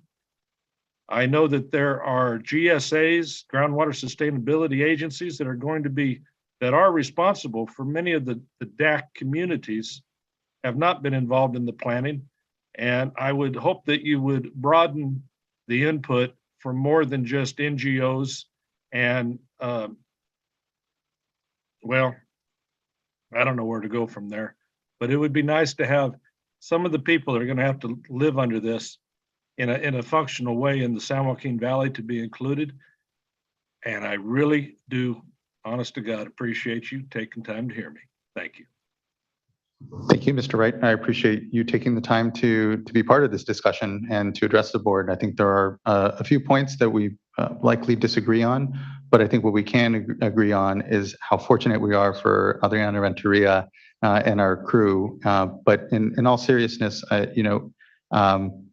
think that I heard a few things there that I think maybe run counter to some of the spirit of what we're trying to accomplish here. But I think that what we have been is very transparent and open on this entire process. And I will just note on the resolution that was adopted by the board. It was adopted by the board and it directed the development of this action plan, and is why we're having a conversation here. So well, I wasn't referring, excuse me, Chairman, it's not in disrespect, but I was not referring to the resolution. I was referring to the action plan itself, which states it will be neither adopted nor denied, and that doesn't leave much room for the public to get involved. If it's, I mean, who's accountable for it? We are having this conversation because of public accountability, and I think the many public workshops that developed it as well shows how just open we are to having a public and accountable discussion around this. But I think there are a few points of disagreement, but I look forward to continuing to have this conversation, Mr. Wright, around the work. So thank you. Thank you. Yeah, please, Vice Chair. Thanks. I was just going to make a comment that I think some of this language is pretty broad, but Mr. Wright, you might be interested in taking a look at, let's see here. It is under Goal 1A, B, new programs with existing resources to complete action. And this is under the section referencing water board data are accessible, equitable, and culturally relevant. And this language refers to gathering and incorporating existing demographic data to measure and track demographic impacts of programs in underserved communities. So you were mentioning the San Joaquin Valley and interest there in the workshop that you attended about water supply. And I read this to include those issues. Anyway, in underserved communities, i.e. non-urban, impoverished, and economically displaced farm worker, tribal, and BIPOC communities, and evaluate the disparate impacts based on socioeconomic conditions. And that's language that I had asked that staff include. And I'm really interested in seeing how that provision moves forward. I think it can be a helpful balance with respect to some of these other areas that are maybe not as focused on socioeconomic impacts, and those impacts can be there because of things that we've done or things that we haven't done, but they still need to be evaluated as we adopt programs, permits, and plans. Yeah, thank you, Vice Chair. I feel like that contribution can further round what is, again, an important discussion around all this. And so just thank you. Yeah, please, Brittany. We also have an FAQ available that is online for people to access that defines some of those terms that he was mentioning. So I just like to mention that too, and it's ongoing. We add to it as we need to and update it and stuff of that nature. So it's on the website. Thank you for that. Yeah, it's important to have a common vocabulary around what it is we are intentionally trying to do and not, as the case may be. Board Member McGuire. Yes, thank you. Maybe you could also just help clarify sort of the next steps, if you will. I mean, this action plan it's a living document. It identifies so many data gaps and information that's needed in order to move forward. And at some point, yes, there will be a need to move forward on various decision points. Those, in all likelihood, will be policy decisions, permits, plans of different sorts. And as I understand this action plan, it's not self-implementing. Those types of decisions would funnel back then to the State Water Board for the regular decision process that we would go through in a clear and transparent fashion, as we always do. So did I get that right? If not, please help me understand. That's exactly right. And what you said brings to mind for me that this is very much about how we do the work that we are charged to do through our mission. And so we don't necessarily look at it as separate and apart. It may feel like that in the beginning because we're learning to exercise a new muscle when we talk about applying a racial equity lens and considering things that we have not yet considered. But ultimately, this is about integrating equity into the work that we do already, which already has that accountability piece built into it. So it's a great point. Thank you for that, Board Member. Very helpful to the discussion. And thank you again to Mr. Wright. Oh, please, Vice Chair. I'm sorry, I really wanted Don't to be hear the sorry. commenters, but you made a very good point, Board Member McGuire. And as I go through this, I'm not really seeing that embedded. And so I think it might be helpful to include some language that just lays that out, that as we go forward to implement this, that we would be using our regulatory process, our planning process, whatever it is, through the authorities that we have.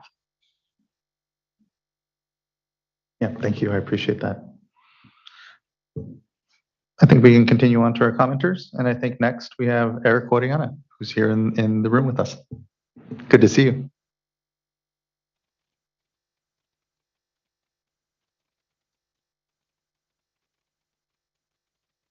Good evening. It may not be on, unfortunately. Yeah, thank you. How about now? Perfect. Let me start my timer because I can talk about this issue for quite a lot of time. Good afternoon or good evening, board members or staff. My name is Eric Oriana on behalf of Community Water Center Environmental Justice Organization. I wanted to start off first by saying thank you to the board, board staff, and board leadership for being at this workshop and for all the work that's gone into this racial equity action plan. This effort started with the racial equity resolution number of time ago and has taken a lot of work from staff, and I really appreciate their willingness to receive feedback and solicit perspectives from diverse communities. And really just want to say thank you to the community members who took part in the racial equity listening sessions, who identified many of these priorities, the strategic directions of this racial equity action plan. So thank you to all those who were involved. And if it's not clear, Community Water Center here is in strong support of this racial equity action plan. We really see this as part of a cross-sector, cross-country effort to recognize the history of this country and to recognize that where we are today is the result of intentional decisions for and by white supremacist actions. And so want to center us in the fact that we live in the state of California, where many indigenous communities lost the right to their lands, to their culture, to their beliefs, and to their languages. And that was the impact of colonialism. And it has still far-reaching impacts that we see still today. We also see a legacy in this country of white supremacy through Jim Crow laws, through racial covenant laws as well, and other factors and policies to systemically and intentionally ensure that communities of color were denied certain liberties and rights and were denied the same benefits of living in an American community as others.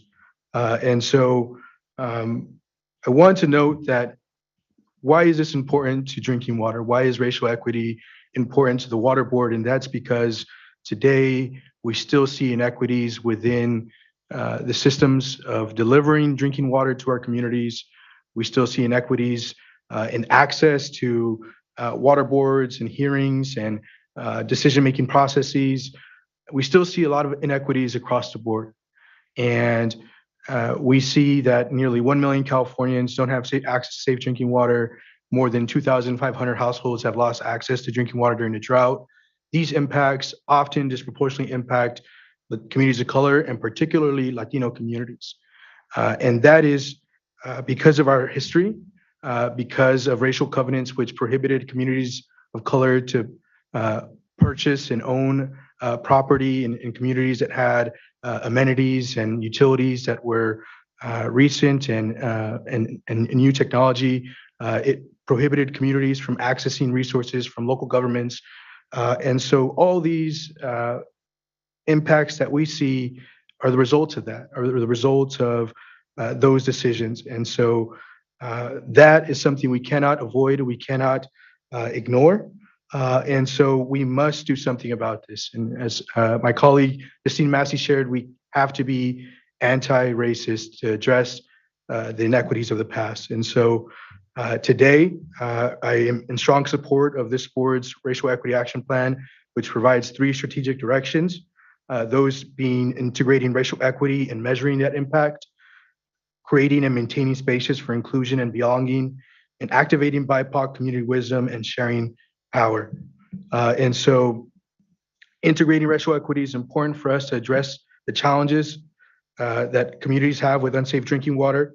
It'll be critical for us to activate their community wisdom, the voices who have been impacted by unsafe drinking water in the addressing of those problems. And really one point that I want to address as part of this Racial Equity Action Plan is the effort to increase capacity for community members to participate in the development and decision-making process. And so that's one of the strongest reasons why Community Water Center is supporting this policy, is because we need to ensure that community voices are at the table. And I'm really excited and looking forward to hearing from community partners be a part of this workshop as well. And so in closing, I just wanted to note and highlight that we see an effort and intention to include accountability and metrics as part of this Racial Equity Action Plan, and understand that this is a draft, and so there's still some changes that need to be done to this, but we would really like to see some timelines added to that as well to make sure that we're moving forward on this very important process here and that we're addressing the significant challenges that disproportionately impact communities of color in regards to safe and clean drinking water. So with that, in closing, we strongly support the Racial Equity Action Plan and strongly support this board's leadership in centering racial equity as part of its work. Thank you. Thank you, Mr. Oriana, for raising your voice and speaking so clearly and well on the issue and the support around the work. Much appreciated. Can I just add, Yes, please, board member. For the discussion just before Mr. Oriana, I think just helping to clarify that really what this is about is helping to make sure that we are effectively able to make the decisions we're making through all of our public processes in a way that that can achieve racial equity. It's not to create new processes in terms of rulemaking, right? It's about so much of what outlined here and what this action plan is to make sure that as board members and as staff that are making decisions and going through regulatory processes or, all of our day-to-day processes, that we have the ability to the information, the analysis, the training, to be able to address racial equity within the decisions that we're making. I want to make sure that we're not getting sort of sidetracked of, do we have to adopt a policy to do each of these things? This is really about helping us just make the decisions that we're having to make every day. I think that's the core of what we're trying to do. And I just hope as we implement this, that's what our 3 goals are really all about, is trying to foster that. Thank you, board member. Next, I believe who we have on the platform is Maria Luisa Munoz.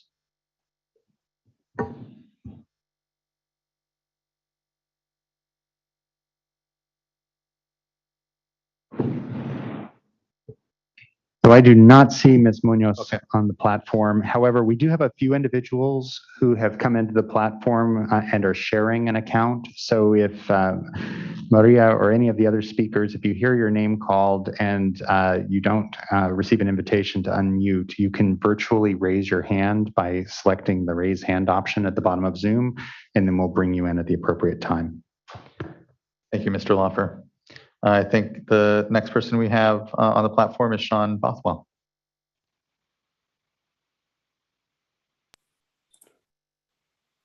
Good evening, Chair, board members. My name is Sean Bothwell. I'm the Executive Director for California Coastkeeper Alliance. I'm going to just dive right in for time's sake, but I'm going to try to remember to talk slowly for the translator. I have a few high-level points to make and then some specific suggestions for each of the goals. My first high-level point is, I understand the need for this to be a living document, but I'll just caution that the level of public input and board oversight be maintained as the document evolves. The storm strategy comes to mind as a plan intended to be a living document, where the original public engagement was great, but the second generation didn't have as much public engagement or as much board oversight as the kind of original document. So, outreach on the equity action plan has been fantastic to date. And so we just really hope that that doesn't go away as the plan evolves over time. Second, where possible, it'd be good to identify potential sources of funding for the C-level actions. Those are the actions currently listed as unfunded, just to keep options open for the legislature to know what's unfunded, what are the options, just so we can do our best to seek funding and make sure that we get that, so it's not an excuse for why the action didn't occur. Next, I'm curious how these actions are going to be prioritized. We've had a lot of discussion about this already to an extent, similar to Member Firestone's comments. There are a lot of important actions here, but resources are always limited. And I can imagine easier projects, could naturally be prioritized, but easier doesn't necessarily mean that they're the most important. Many times the more difficult, more resource intensive projects are the ones that are most critical to prioritize. And so maybe commenting on, or responding to what Community Water Center said, maybe just having timelines in there would be able to prioritize two at the same time. Also connected to that point, I have some concerns over the existing action to develop a system of accountability to meet the key performance targets is currently in the unfunded bucket. So that seems to be a really important part of the plan, almost separate and overarching to all the other actions.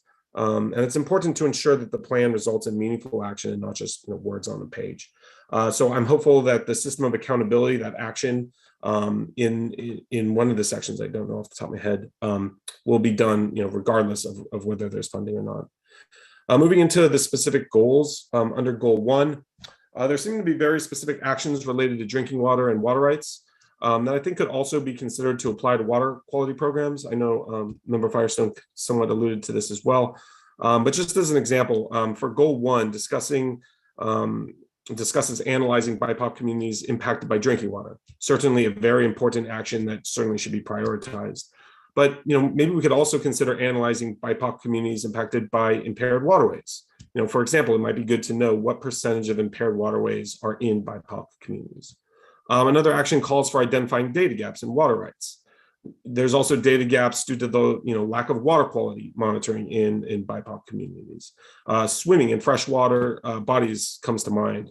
We have a lot of data and public notice around whether it's safe to swim at the beach, but not necessarily in more inland community swimming locations. And those communities also deserve to know whether it's safe to swim. So I think identifying those data gaps for water quality is also an important thing.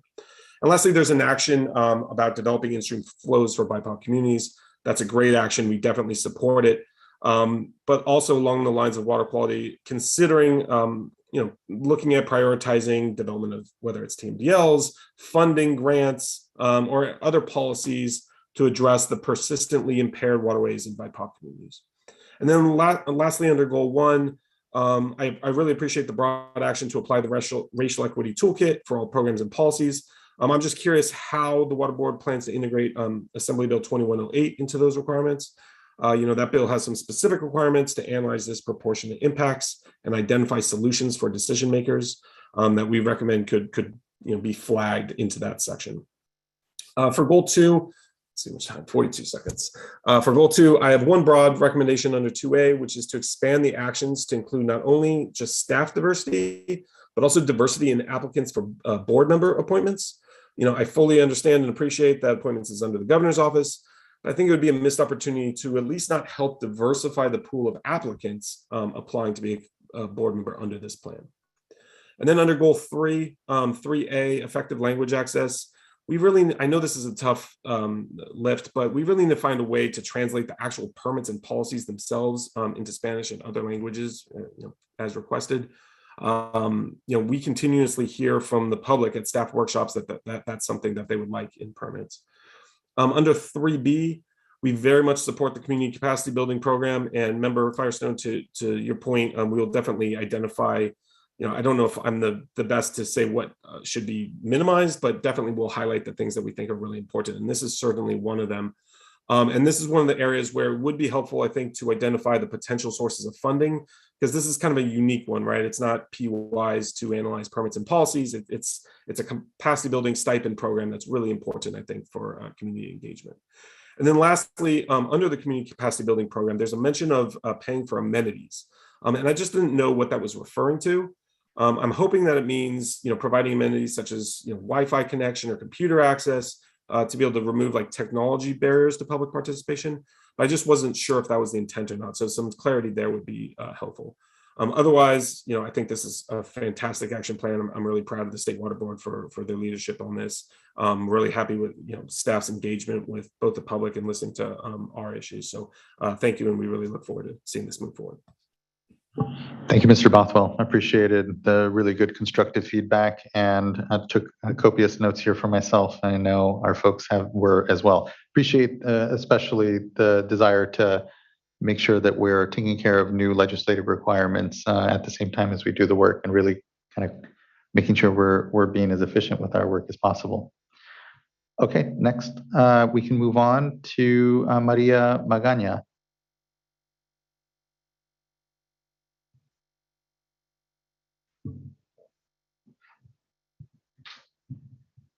And we have provided Ms. Magana an opportunity to unmute. She is participating by phone, so Ms. Magana, if you press *6, that should unmute your phone if you still want to provide comments today.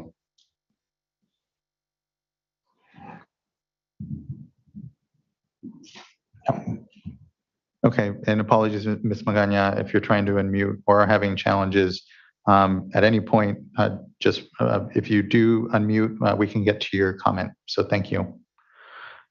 Next, then, we'll go to Chelsea Haynes, who will be followed by Conrad Fisher. Good evening. Good to see you again. Now digitally. Yeah. So hi, everyone. Good evening. My name is Chelsea Haynes. I'm the Regulatory Relations Manager at Aqua. And just want to acknowledge staff's time in developing the plan. As Board Member Morgan mentioned, I thought the format of the workshops held in July were a really effective format for discussion. I'm excited to announce that last month, Aqua's Board of Directors approved the creation of a new nonprofit foundation to advance DEI. And so we want to be able to continue to engage with the State Water Board on the implementation of your efforts as well in partnership. Aqua plans on submitting comments, but I think they'll focus largely around clarification of terms. For example, and I think this was flagged earlier in the discussion, the term racial equity analysis and racial equity gap analysis that inform programs and recommended changes. I think that would just be really helpful to get a little bit more clarity around. And then on the point of implementation, I think some clarification around implementation of the action plan would be helpful. Consistent with what Board Member Diadamo had mentioned earlier, that the plan would be implemented in accordance with the State Water Board's authorities under state law and federal law and the Administrative Procedures Act, that any changes to existing processes and programs would be implemented through a public process that allows for public water agencies and other interested parties to be able to provide input.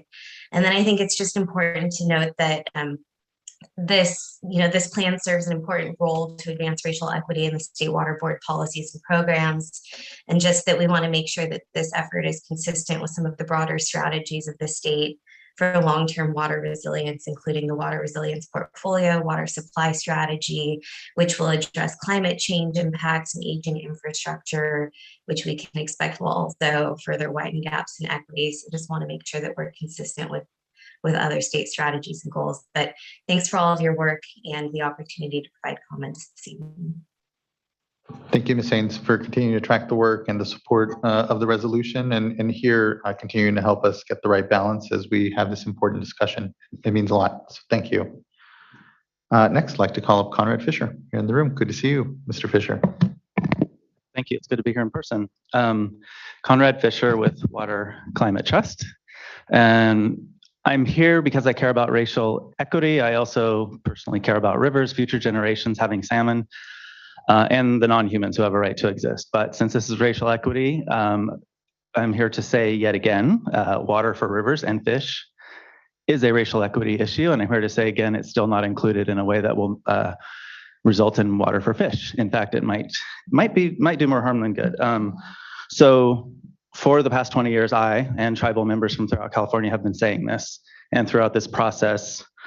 So I met staff at the regional meeting, and everyone was amazing. So I'm just still perplexed at what's going on. Where's the missing link? The final plan brings up in-stream flows in one very specific spot. Identify and prioritize water bodies where in-stream flow requirements are needed. And it says we're at stage 0. So I feel like this language sets us back. We don't need more studies to know how much water fish need. I'll say it again, we don't need more studies to know how much water fish need. And I'm just gonna rattle off a few laws that have already gotten us well past stage 0, and if they haven't, they need to. Water Code Section 85087 requires the Water Board to submit in-stream flow requirements for everywhere outside of the Sacramento River watershed by 2018. PRC 10,000 places a burden on the CDFW to establish in-stream flow requirements or name the rivers that need them by 1984 and to complete studies by 1989. So I would encourage you to include who is required to achieve racial equity, CDFW in there. Water Code Section 1243, the water board shall recommend the amount of water, or CDFW shall recommend how much water is needed in stream before giving out water rights. Finally, Water Code 1259.4, on or before 2008, the water board shall go through the North Coast stream flow process, which did happen, but there's a lot there. So we're not at stage 0. We don't need more studies. We just need the political will to use the science we have in most cases to establish in-stream flow requirements. So just quickly on the public listening session summary, that's all there was in the actual draft action plan. So in the listening session, there was nothing there on in-stream flows, despite it being written in the Google Doc that we all shared. It did say tribal water resources have been transferred away. I would point out that this is a common mistake made. It's still happening, so the issues are still happening. Water is being diverted away from in-stream beneficial uses of river-dependent communities, including tribes. And it's happening all over, and it's happening now. So I would encourage all of you to actually read the document that the public created in addition to the summary. And I'm just gonna rattle off a couple things that were in it. There was a different goal 1 when I showed up at the Reading office, not the one handed out, but the one in the Google draft. And I saved it. So if you don't have it, I'm happy to share it. But when I logged in at the Reading office, goal 1A was enforce existing laws to limit pollution and establish in-stream flow requirements that meet the needs of tribes. One of the comments that received 10 little plus marks. For decades, California's river-dependent tribes have been asking the water board to establish in-stream flow requirements and enforce existing TMDL standards. At the regional board meeting a week ago, they said they're going to file another extension for TMDL requirements. Let's not do that if we want to walk our talk on racial equity. So I won't rattle off more, but there's a lot of good stuff in the Google Doc. So get that. If you don't have it, I'll send it.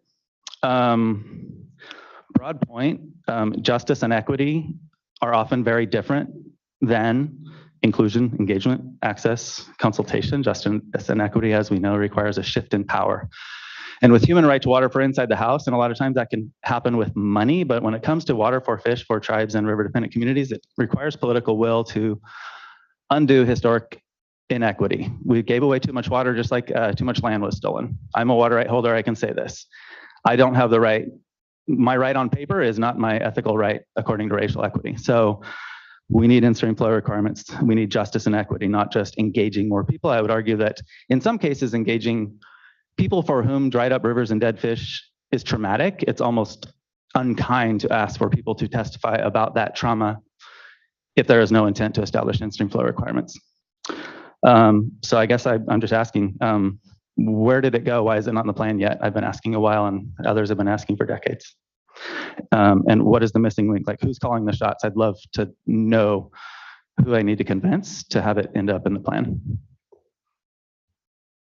Thank you, Mr. Sorry, Fisher. and the it is, I just still. I think he's desiring additional reference to in-stream flow work, which again, it's in there, but I think Mr. Fisher's wanting something more specific. Establish recommendations and requirements. So CDFW has given recommendations for a small handful of rivers despite laws requiring the opposite.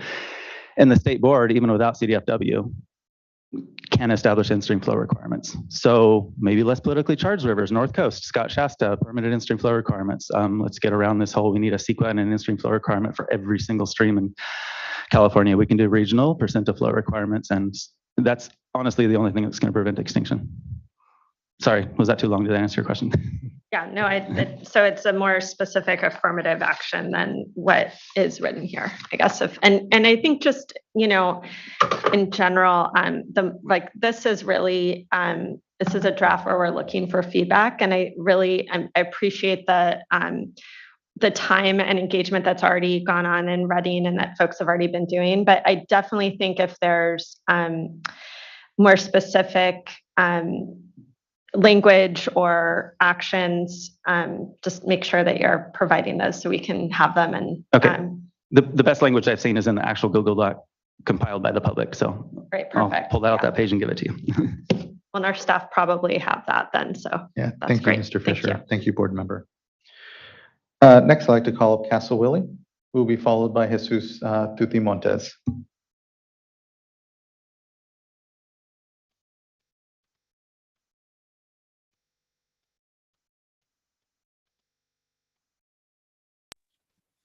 Good evening. Good to see you. Hello. Sorry, let me turn on my video. I just had a question. I was trying to watch the stream online, and the slides that were provided for the English stream were in Spanish. So is there a way that we can get those English slides either posted or emailed? Yes, definitely, and apologize. I meant to catch up on my email here and make sure and flag that I think what we had tried to do was, because we had interpretation services and Spanish slides, there was a mix-up, and so the YouTube stream just had the Spanish slides.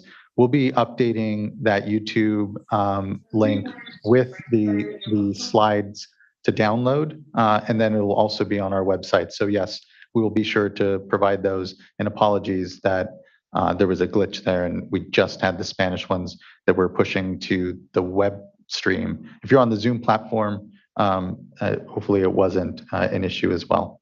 So thank you for that. Did you want to provide any further comment, Ms. Willie? No, just a comment of support. Happy to see this is happening both at the state level and the regional level. I would suggest that the state look at the North Coast resolution. It's a little bit more thorough when it comes to tribal issues, and I think those could be incorporated with this action plan as well. Thank you. Thank you for that, and thank you for making sure to flag here the challenge we had on the version of the slides. And we will be sure both the YouTube site is updated with both language slides and then also the website. So thank you. Next, I think we have, Mr. Montes may not be on the platform currently, I'm seeing from the scroll. And so we will move on to Horacio Amezquita.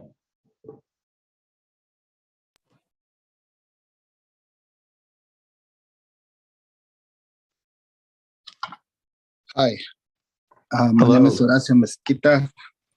I'm calling from the Salinas Valley. Can you hear me? We can. Good evening. Thank you for joining us. Thank you. I'm just going to provide a few comments. There is, in the past and in the present, there is injustices and inequities, especially on the poor people, like the farm workers. In Monterey County, there's over 235 water systems out of compliance. And when you get out of compliance, all they tell you is don't drink the water. And I don't know how it's going to get fixed, but just don't drink the water and you'll be okay. But sometimes just by showering, you get sick. And you have to demonstrate to the county and to the state, you have to prove that you're getting sick. In the case of San Gerardo, we were able to prove to the county and the state that people were getting sick by just showering. And we got help. We got help from the county. We got help from the state, from the regional water board. I wish that you can do the same thing for everybody, because there's a lot of farm workers that don't have clean water for 30, 40 years. And there's a lot of inequities. There's a lot of exploitation of the water, and there's drought. And the concentrations of nitrates and arsenic are going up. And still, communities don't get the help that they need. So maybe if you can provide funds to the counties and make them more accountable to have people be trained here locally so we can take care of our communities and make sure that the county and the regional water board, the state water board, the Department of Water Resources, the GSAs, which sometimes are run by private entities, they all should be working together to make sure that we all have clean water to drink, to bath, and so people won't get sick. And we need to protect our natural resources. So if you can help train local people and train communities to have access to clean water and expand highways of clean water and expand protection of clean water, everybody in California will be much better than we are now. So anyway, you guys are doing great. I didn't see this 15, 20 years ago. So keep moving forward. Thank you. Thank you, Mr. Amezquita. And the board is able to do this work because of voices in communities that have stood up and continue to help us understand the challenges and inequities we still face. So I appreciate you bringing your voice to today's discussion and your work in all of this. Thank you. Next, I believe now Jesus Tuti Montes is on the platform, and so would like to go to him now.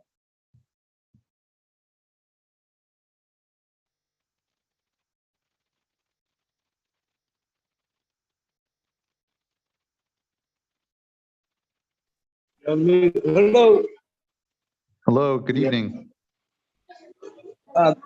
This is Tutui. Can you hear me?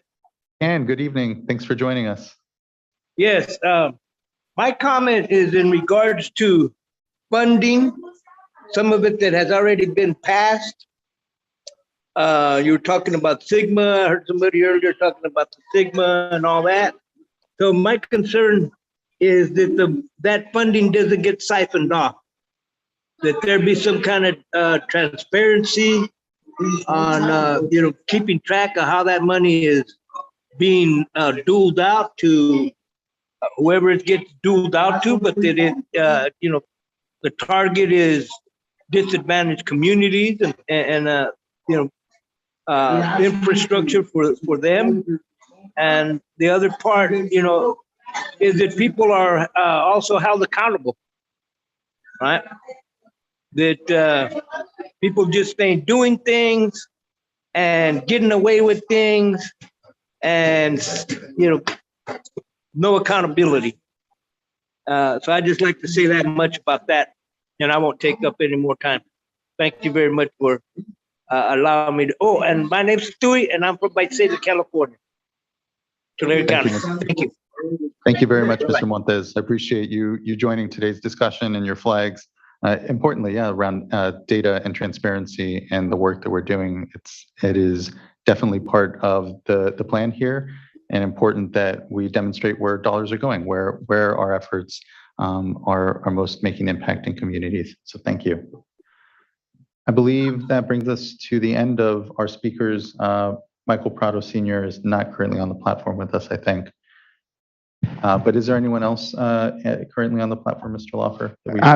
Well, the one thing that I'm sensitive to is that we may have a few speakers who were on our list, but they may be sharing an account. And I was going to invite our interpreter to come over to the English channel momentarily. I believe Jeanette's currently has that responsibility. And Jeanette, I think you can move yourself over to the English side. If you need Janine to do something, let me know. And if you could just simply make an announcement for anybody who had requested to speak and submitted a card and who was not called, if they were sharing an account, to go ahead and raise their hand in the Zoom platform so that we can bring them in.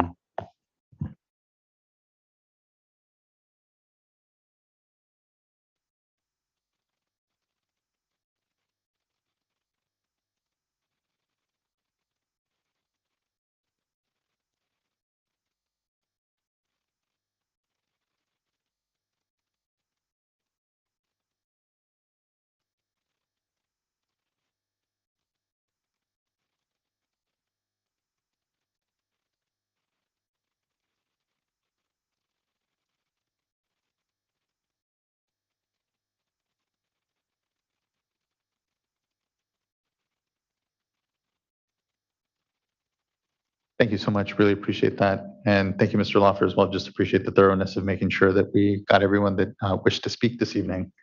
And I think that brings us to the end of our commenters. I really appreciated everyone's opinions and their time and coming to a discussion that isn't easy to come to sometimes. We can all feel like we might say the wrong thing or come to discussions around race at different places in our understanding, and just appreciate the space that has been intentionally created this evening to be able to listen and for the thoughts of my colleagues here. Anything to give further thought, direction, reflection on? This is a workshop. We're not adopting anything here, and there will be then a further touch point in January where we'll have an item, we'll see what has been changed in reflection, and still an opportunity for us to see if we got the right balance. But again, I am incredibly impressed by this discussion, the work, and the ability here for us to continue to create a common vocabulary around how we're seeing in common this work and vision, and it just means a lot. So looking to colleagues. So Board Member Firestone, please. Yeah.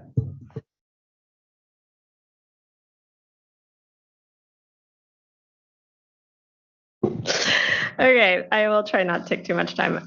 But since we have a little more time before 7, okay, a couple of feedback things I just want to share. Really big picture, I think, is one of the tricky things to capture at within where the level of detail that this is at now is that there's some things where we have maybe a stage 0 where we're really not at stage 0, like a subset of it, right? So I think about for example, in some of the data gaps piece,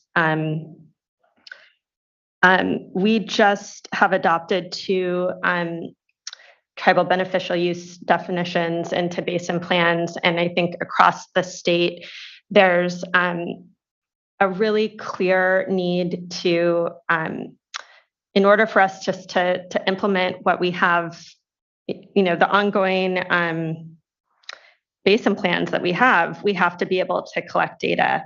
And I want to make sure it's clear that we're not just at,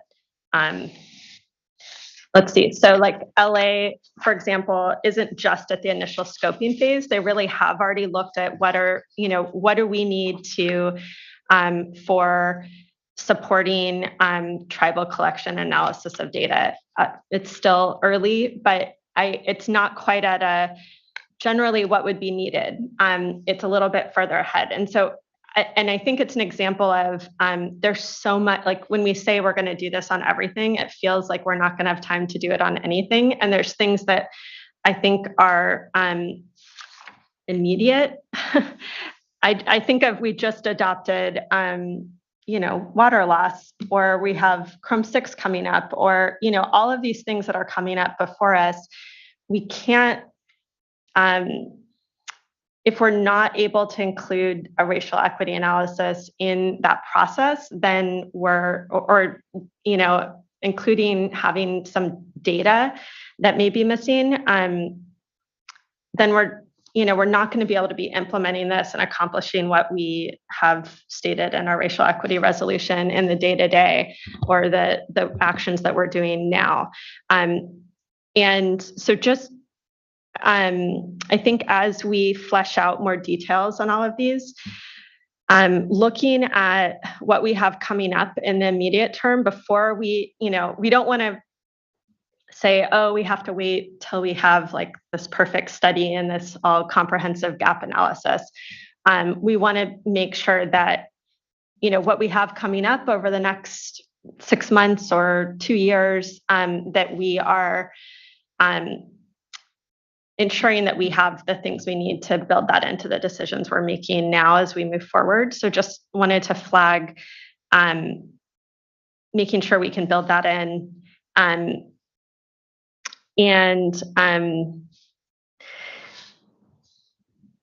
as another example of that is just, obviously a lot of discussions around in-stream flows, but there are things that we're doing related to in-stream flows now. So I think just as we look at implementation measures, I think that will be maybe where we can distinguish a little bit about where we are with different pieces within these broad categories that we've outlined, and what are priorities. And that we're not just waiting for a new program or analysis before we are doing things.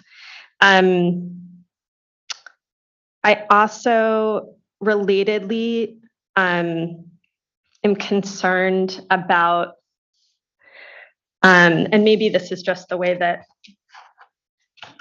things are worded, but let's see, 1B, under really the 1BC, which is, the first one there is the in-stream flow one that folks are referring to. And the next one is around a racial equity lens to establish a baseline understanding. I do think when we have that all listed as, really all of the things that are included there, when we have that listed at stage 0 and having needing new resources to complete, it feels like we're not going to do it. That's what that's the message that I feel like we're sending. And as I said, I think we need to all have a common set of expectations. So I think that's why we're putting this here. But I don't think these are things we can also just say, let's see, I think that if we're putting things down here, it should mean that we're committing to do them.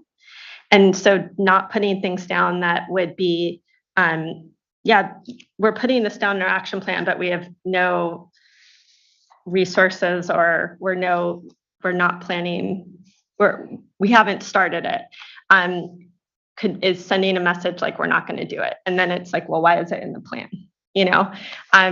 So just balancing those two things, that we're trying to be realistic about what we can and can't do, but also those are things we need to do. And maybe, there's refinements, and we can be a little bit more specific as we flesh this out on what we can do, or believe we will do. But I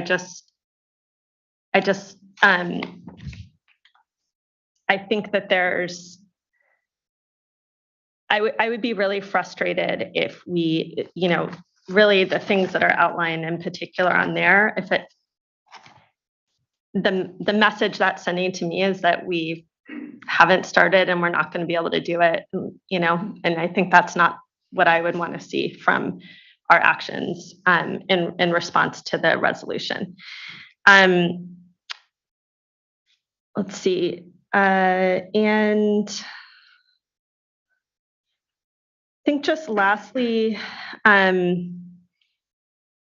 I'll just reiterate, I think there's a couple really fundamental things that, I think would be really early actions that I would want to see us do. There's too much here to probably do everything, certainly, unfortunately, but just to give my feedback on a couple things, I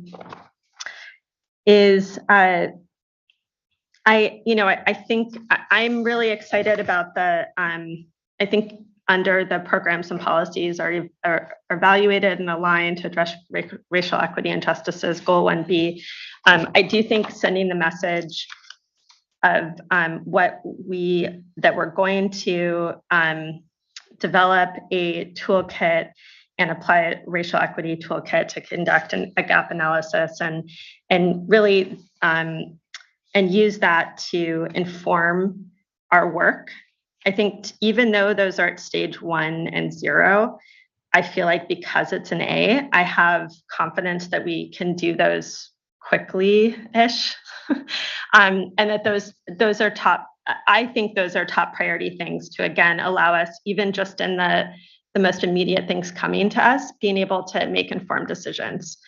So not waiting until maybe we have the perfect toolkit for every single program. We've done a gap analysis on everything, but making sure that we, I think that's a more immediate action early action I'm hopeful we can take. I think I've said this a number of times, but I really hope an early action that we can be doing is on the funding program for capacity building under goal 3C. And I just think, again, we're not going to be able to accomplish any of these things if we aren't putting our money where our mouth is a bit to try to support meaningful engagement. And so just, again, in terms of any early action, those are sort of two things I wanted to pull out. Yeah, and I guess I just really, I think this is a hard balance of trying to do a comprehensive, really thoughtful work plan, and also trying to be very concrete and meaningful and realistic. So I appreciate what this balance and an approach in this, and I'm really optimistic we can do it, but I think I am just scared that we will be spending a huge amount of time, both internally and externally, doing, analyses and processes. And meanwhile, we're making decisions that affect people. And meanwhile, we're asking folks to participate and not giving them the resources needed to do it. And I know that's the intent here is to enable that to happen. But I think just as we move forward, being really cautious of that. Those were my comments. Yeah, thank you, board member. What comes to mind is, our strategic work plan, what we've done, because it similarly has a lot, right, is to, within that, have a little an asterisk amongst, the priorities that we still yet further set within that.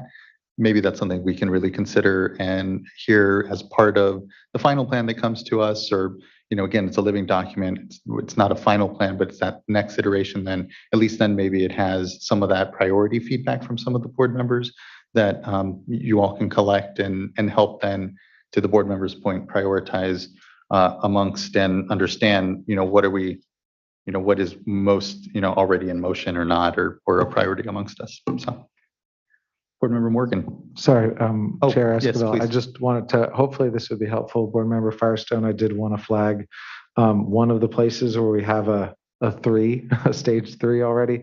And that was in developing trainings and empowering staff to apply a racial equity lens, because we do want, when things are brought up to you, that there's that thought and that lens has been incorporated from start to finish, because you're going to be getting different things at different times. So, and I hope all these numbers will move up as quickly as possible, but I wanted to flag the places where we're not at zero. Yeah, and I think to the board members, sometimes points around, what is more systemic in it and what needs to kind of come first. That training is definitely it, and it's that capacity. So that's a good point. Thank you, Mr. Rose. Board member Morgan. Thank you. So just want to thank staff and really thank everyone that joined us this evening to provide comments and additional feedback as this plan is being developed, because it is necessary in order for us to understand where the needs are and to develop this plan and to implement it, is that continued feedback. So just again, thank everyone. Just wanted a note here. I think there's this careful balance of including what we have heard during the workshops, because it shows that we are actually hearing and that we are, taking that input in, and we're including it in the plan. I think if we don't, then there's this gap of, was I actually heard? And so, I see where there is that need.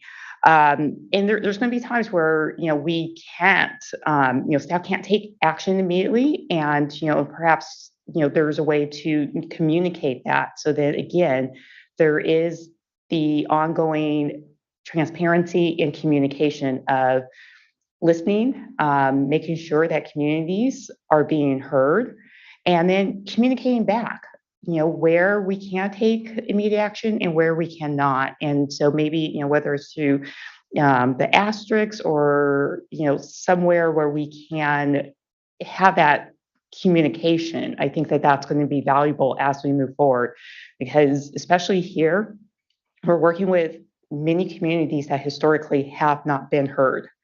So to not document that we are hearing, I think that we're going to do ourselves a disservice.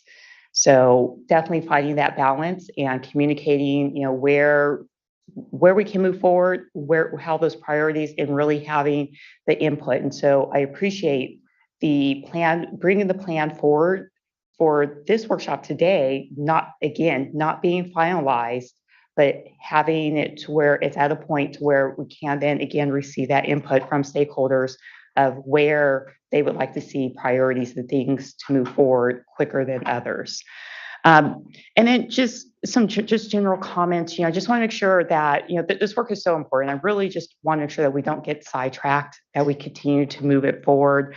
It really is about learning from the past. Thank you guys so much for advancing the training, continuing that to move forward, incorporating what we're hearing, what we're learning, what our knowledge is today, and that we're not continuing to make the mistakes of the past as we move forward into the future, that we are truly hearing communities that have traditionally not been heard from, our communities that have been traditionally underserved, treating everyone with respect as we're moving forward, and doing better as we move forward in an equitable manner. And so I think, don't want to lose sight of that bigger picture of this work and get lost in some of these very, important details, and, just making sure that we're moving forward, because, there is this great need to really listen and hear communities throughout California that have not traditionally been heard and have, just been overlooked. And so we really need to learn from the past and do better as we move forward. So thank you again for all of your work to date. And thank you again for all of the communities and all the stakeholders that have participated in this process so far. And I hope more, participate as we continue to move forward.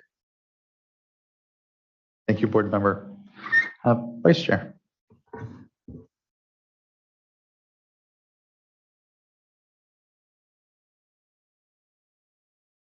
Well, I've got several areas that I'm trying to think of, how best to categorize these and what sort of direction I would recommend. And as I think about it, it's probably best to just say that my request would be to take this language and make sure that we have program staff reviewing it again, because there are several provisions, and I don't think we're here tonight to get into details, but it can be taken, the language can be taken either way. So if I look at the language on permitting, ensuring every policy plan permit includes consideration of potential impacts. I love that language. That's, something I feel real strongly about. But then it has a provision here that approved permits do not perpetuate further long-term environmental injustices beyond the life of the permit.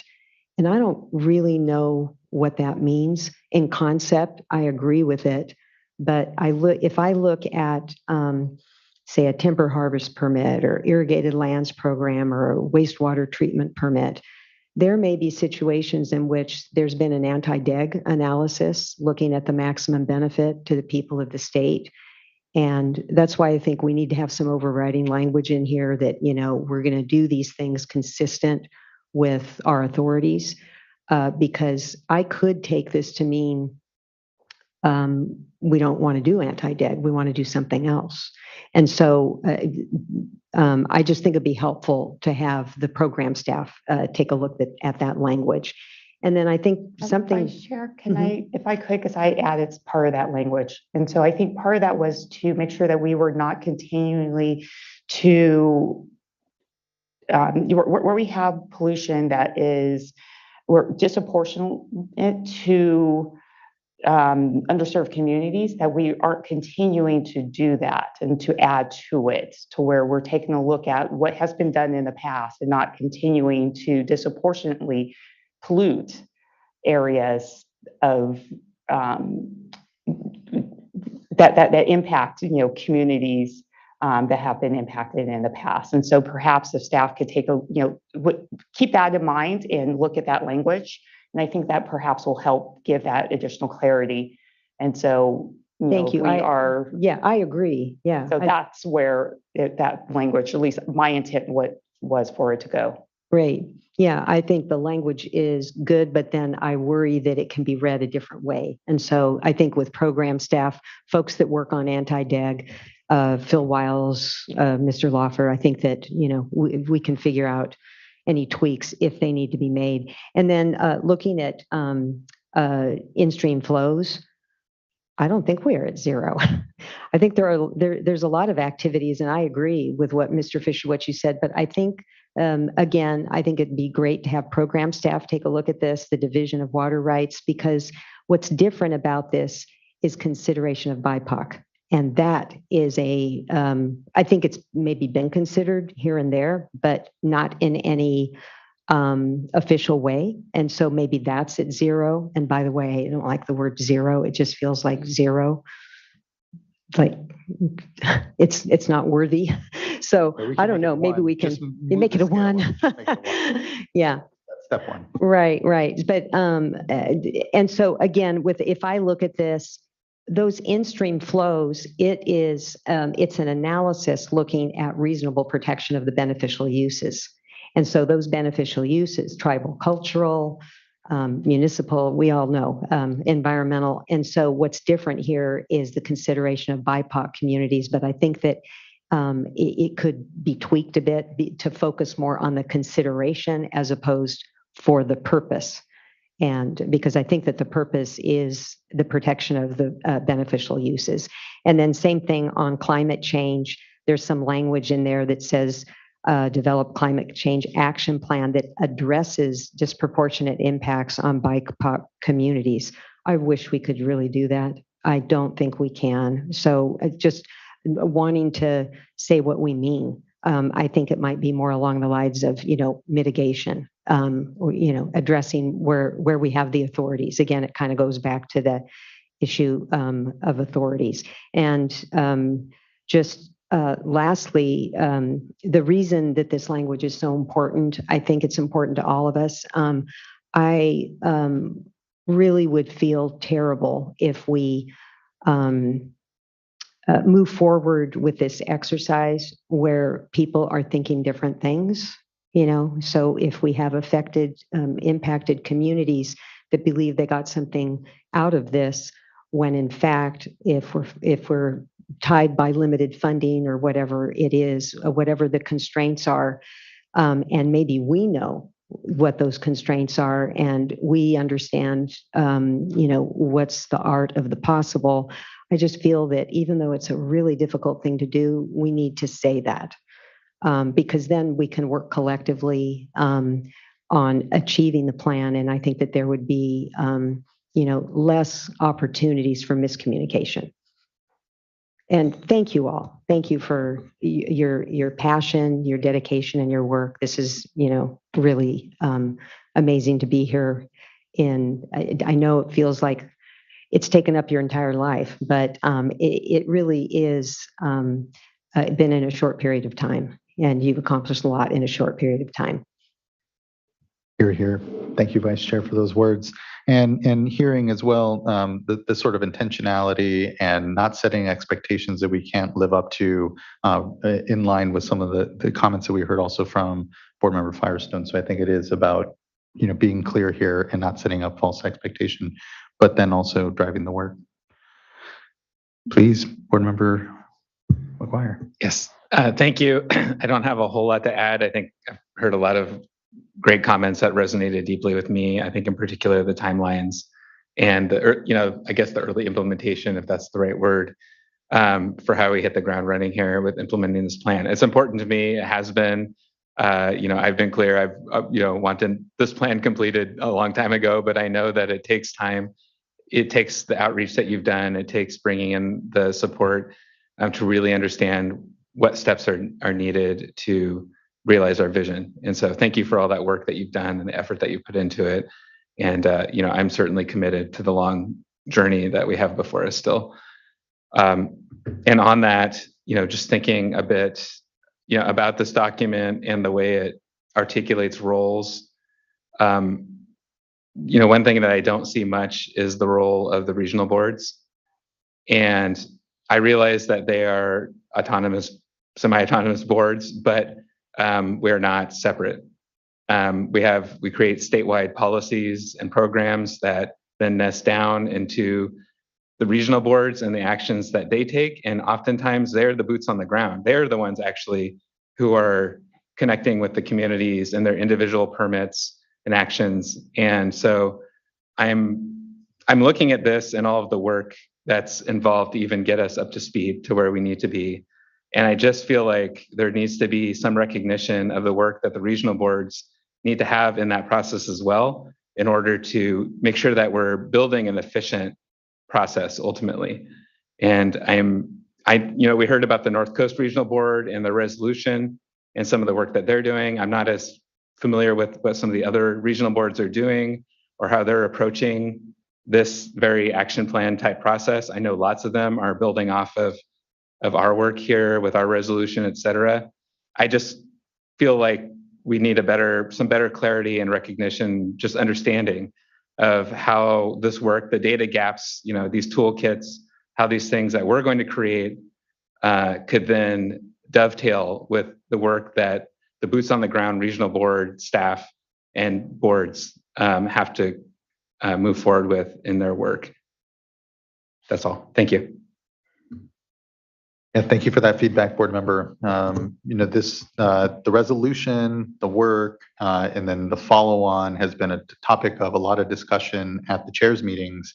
And it is that sort of balance on giving them their space. You see some regions here just taking the resolution, readopting at their regional level, others that have really brought in a lot of their work. I think to your point, though, we do need to mention them somewhere here, even if it is to give them their due space but to make the intentional connections to what your point is, which is, they are the front line, they are the ones permitting, and we're setting these statewide standards or frameworks that they live under. So yeah, I appreciate that. I think we should call it out, if nothing else, to say that that's how it's being implemented and or how it kind of exists, because it then otherwise seems that we're just kind of not being as mindful of it as we should. Okay, I'll just add on to that as just maybe concretely as we're fleshing out, many of these things for next steps. To your point, whether it's data, I keep going back to tribal beneficial uses because that seems like such a clear current example of the regional boards are adopting it. What we're doing, basically the implementation steps, I think, is where we see how we're partnering with the regional boards in terms of implementation on these things. I think that will be a good place to pull that out. And that's true too with when I think of the capacity building funding I think data and capacity building funding and enforcement, those are all things that in the implementation, we're going to have to work hand in glove with our regional boards. And I think there's many other things, but those are just ones that come to mind. So I appreciate that call out. Thank you. Enough feedback from us, hopefully, and plenty of opportunity for more because we'll continue to discuss. But this has been a very incredible public discussion. I think that some points that have been made from folks. Mr. Amaskita, I think particularly, these weren't conversations that were happening this explicitly with this much intention, 10 or 15 years ago, and it is really important. And just proud to do my very small part here. And so thank you. Is there anything that's helpful that you heard that you want to give feedback or questions to us at this point? And if not, you can close out, but please, Nefertiri. Yeah, I just want to add that I really appreciate uplifting the need to make sure we're coordinating with regional boards and to make you aware that they were participating in the strategizing and visioning workshops. Also, we recently did a training that included the executive officers from the regions, and they had an opportunity for the last part of that training to look at the state board action plan and then identify places where it may overlap with the work they're doing or where it may impact the work that they're doing. So, but your points here are well taken and give us some ideas of how to strengthen that connection. Thank you for that. And again, just the incredible leadership here. I can't thank you enough for, I know it has been a lot of personal time and again, not the easiest topic, very personally involved. And so thank you for really putting that time in. That brings us then to the end of this item and this workshop, and I really appreciate, again, everyone's contributions to it. It also brings us to the end of our two-day board meeting. Our next board meeting, we will not have a regularly scheduled board meeting at the beginning of November. We have a bit of a break, so we will all see each other here next November 15th. So until then, be well, be safe, and thanks everyone for incredible 2 days, as always. Talk soon. Thank you.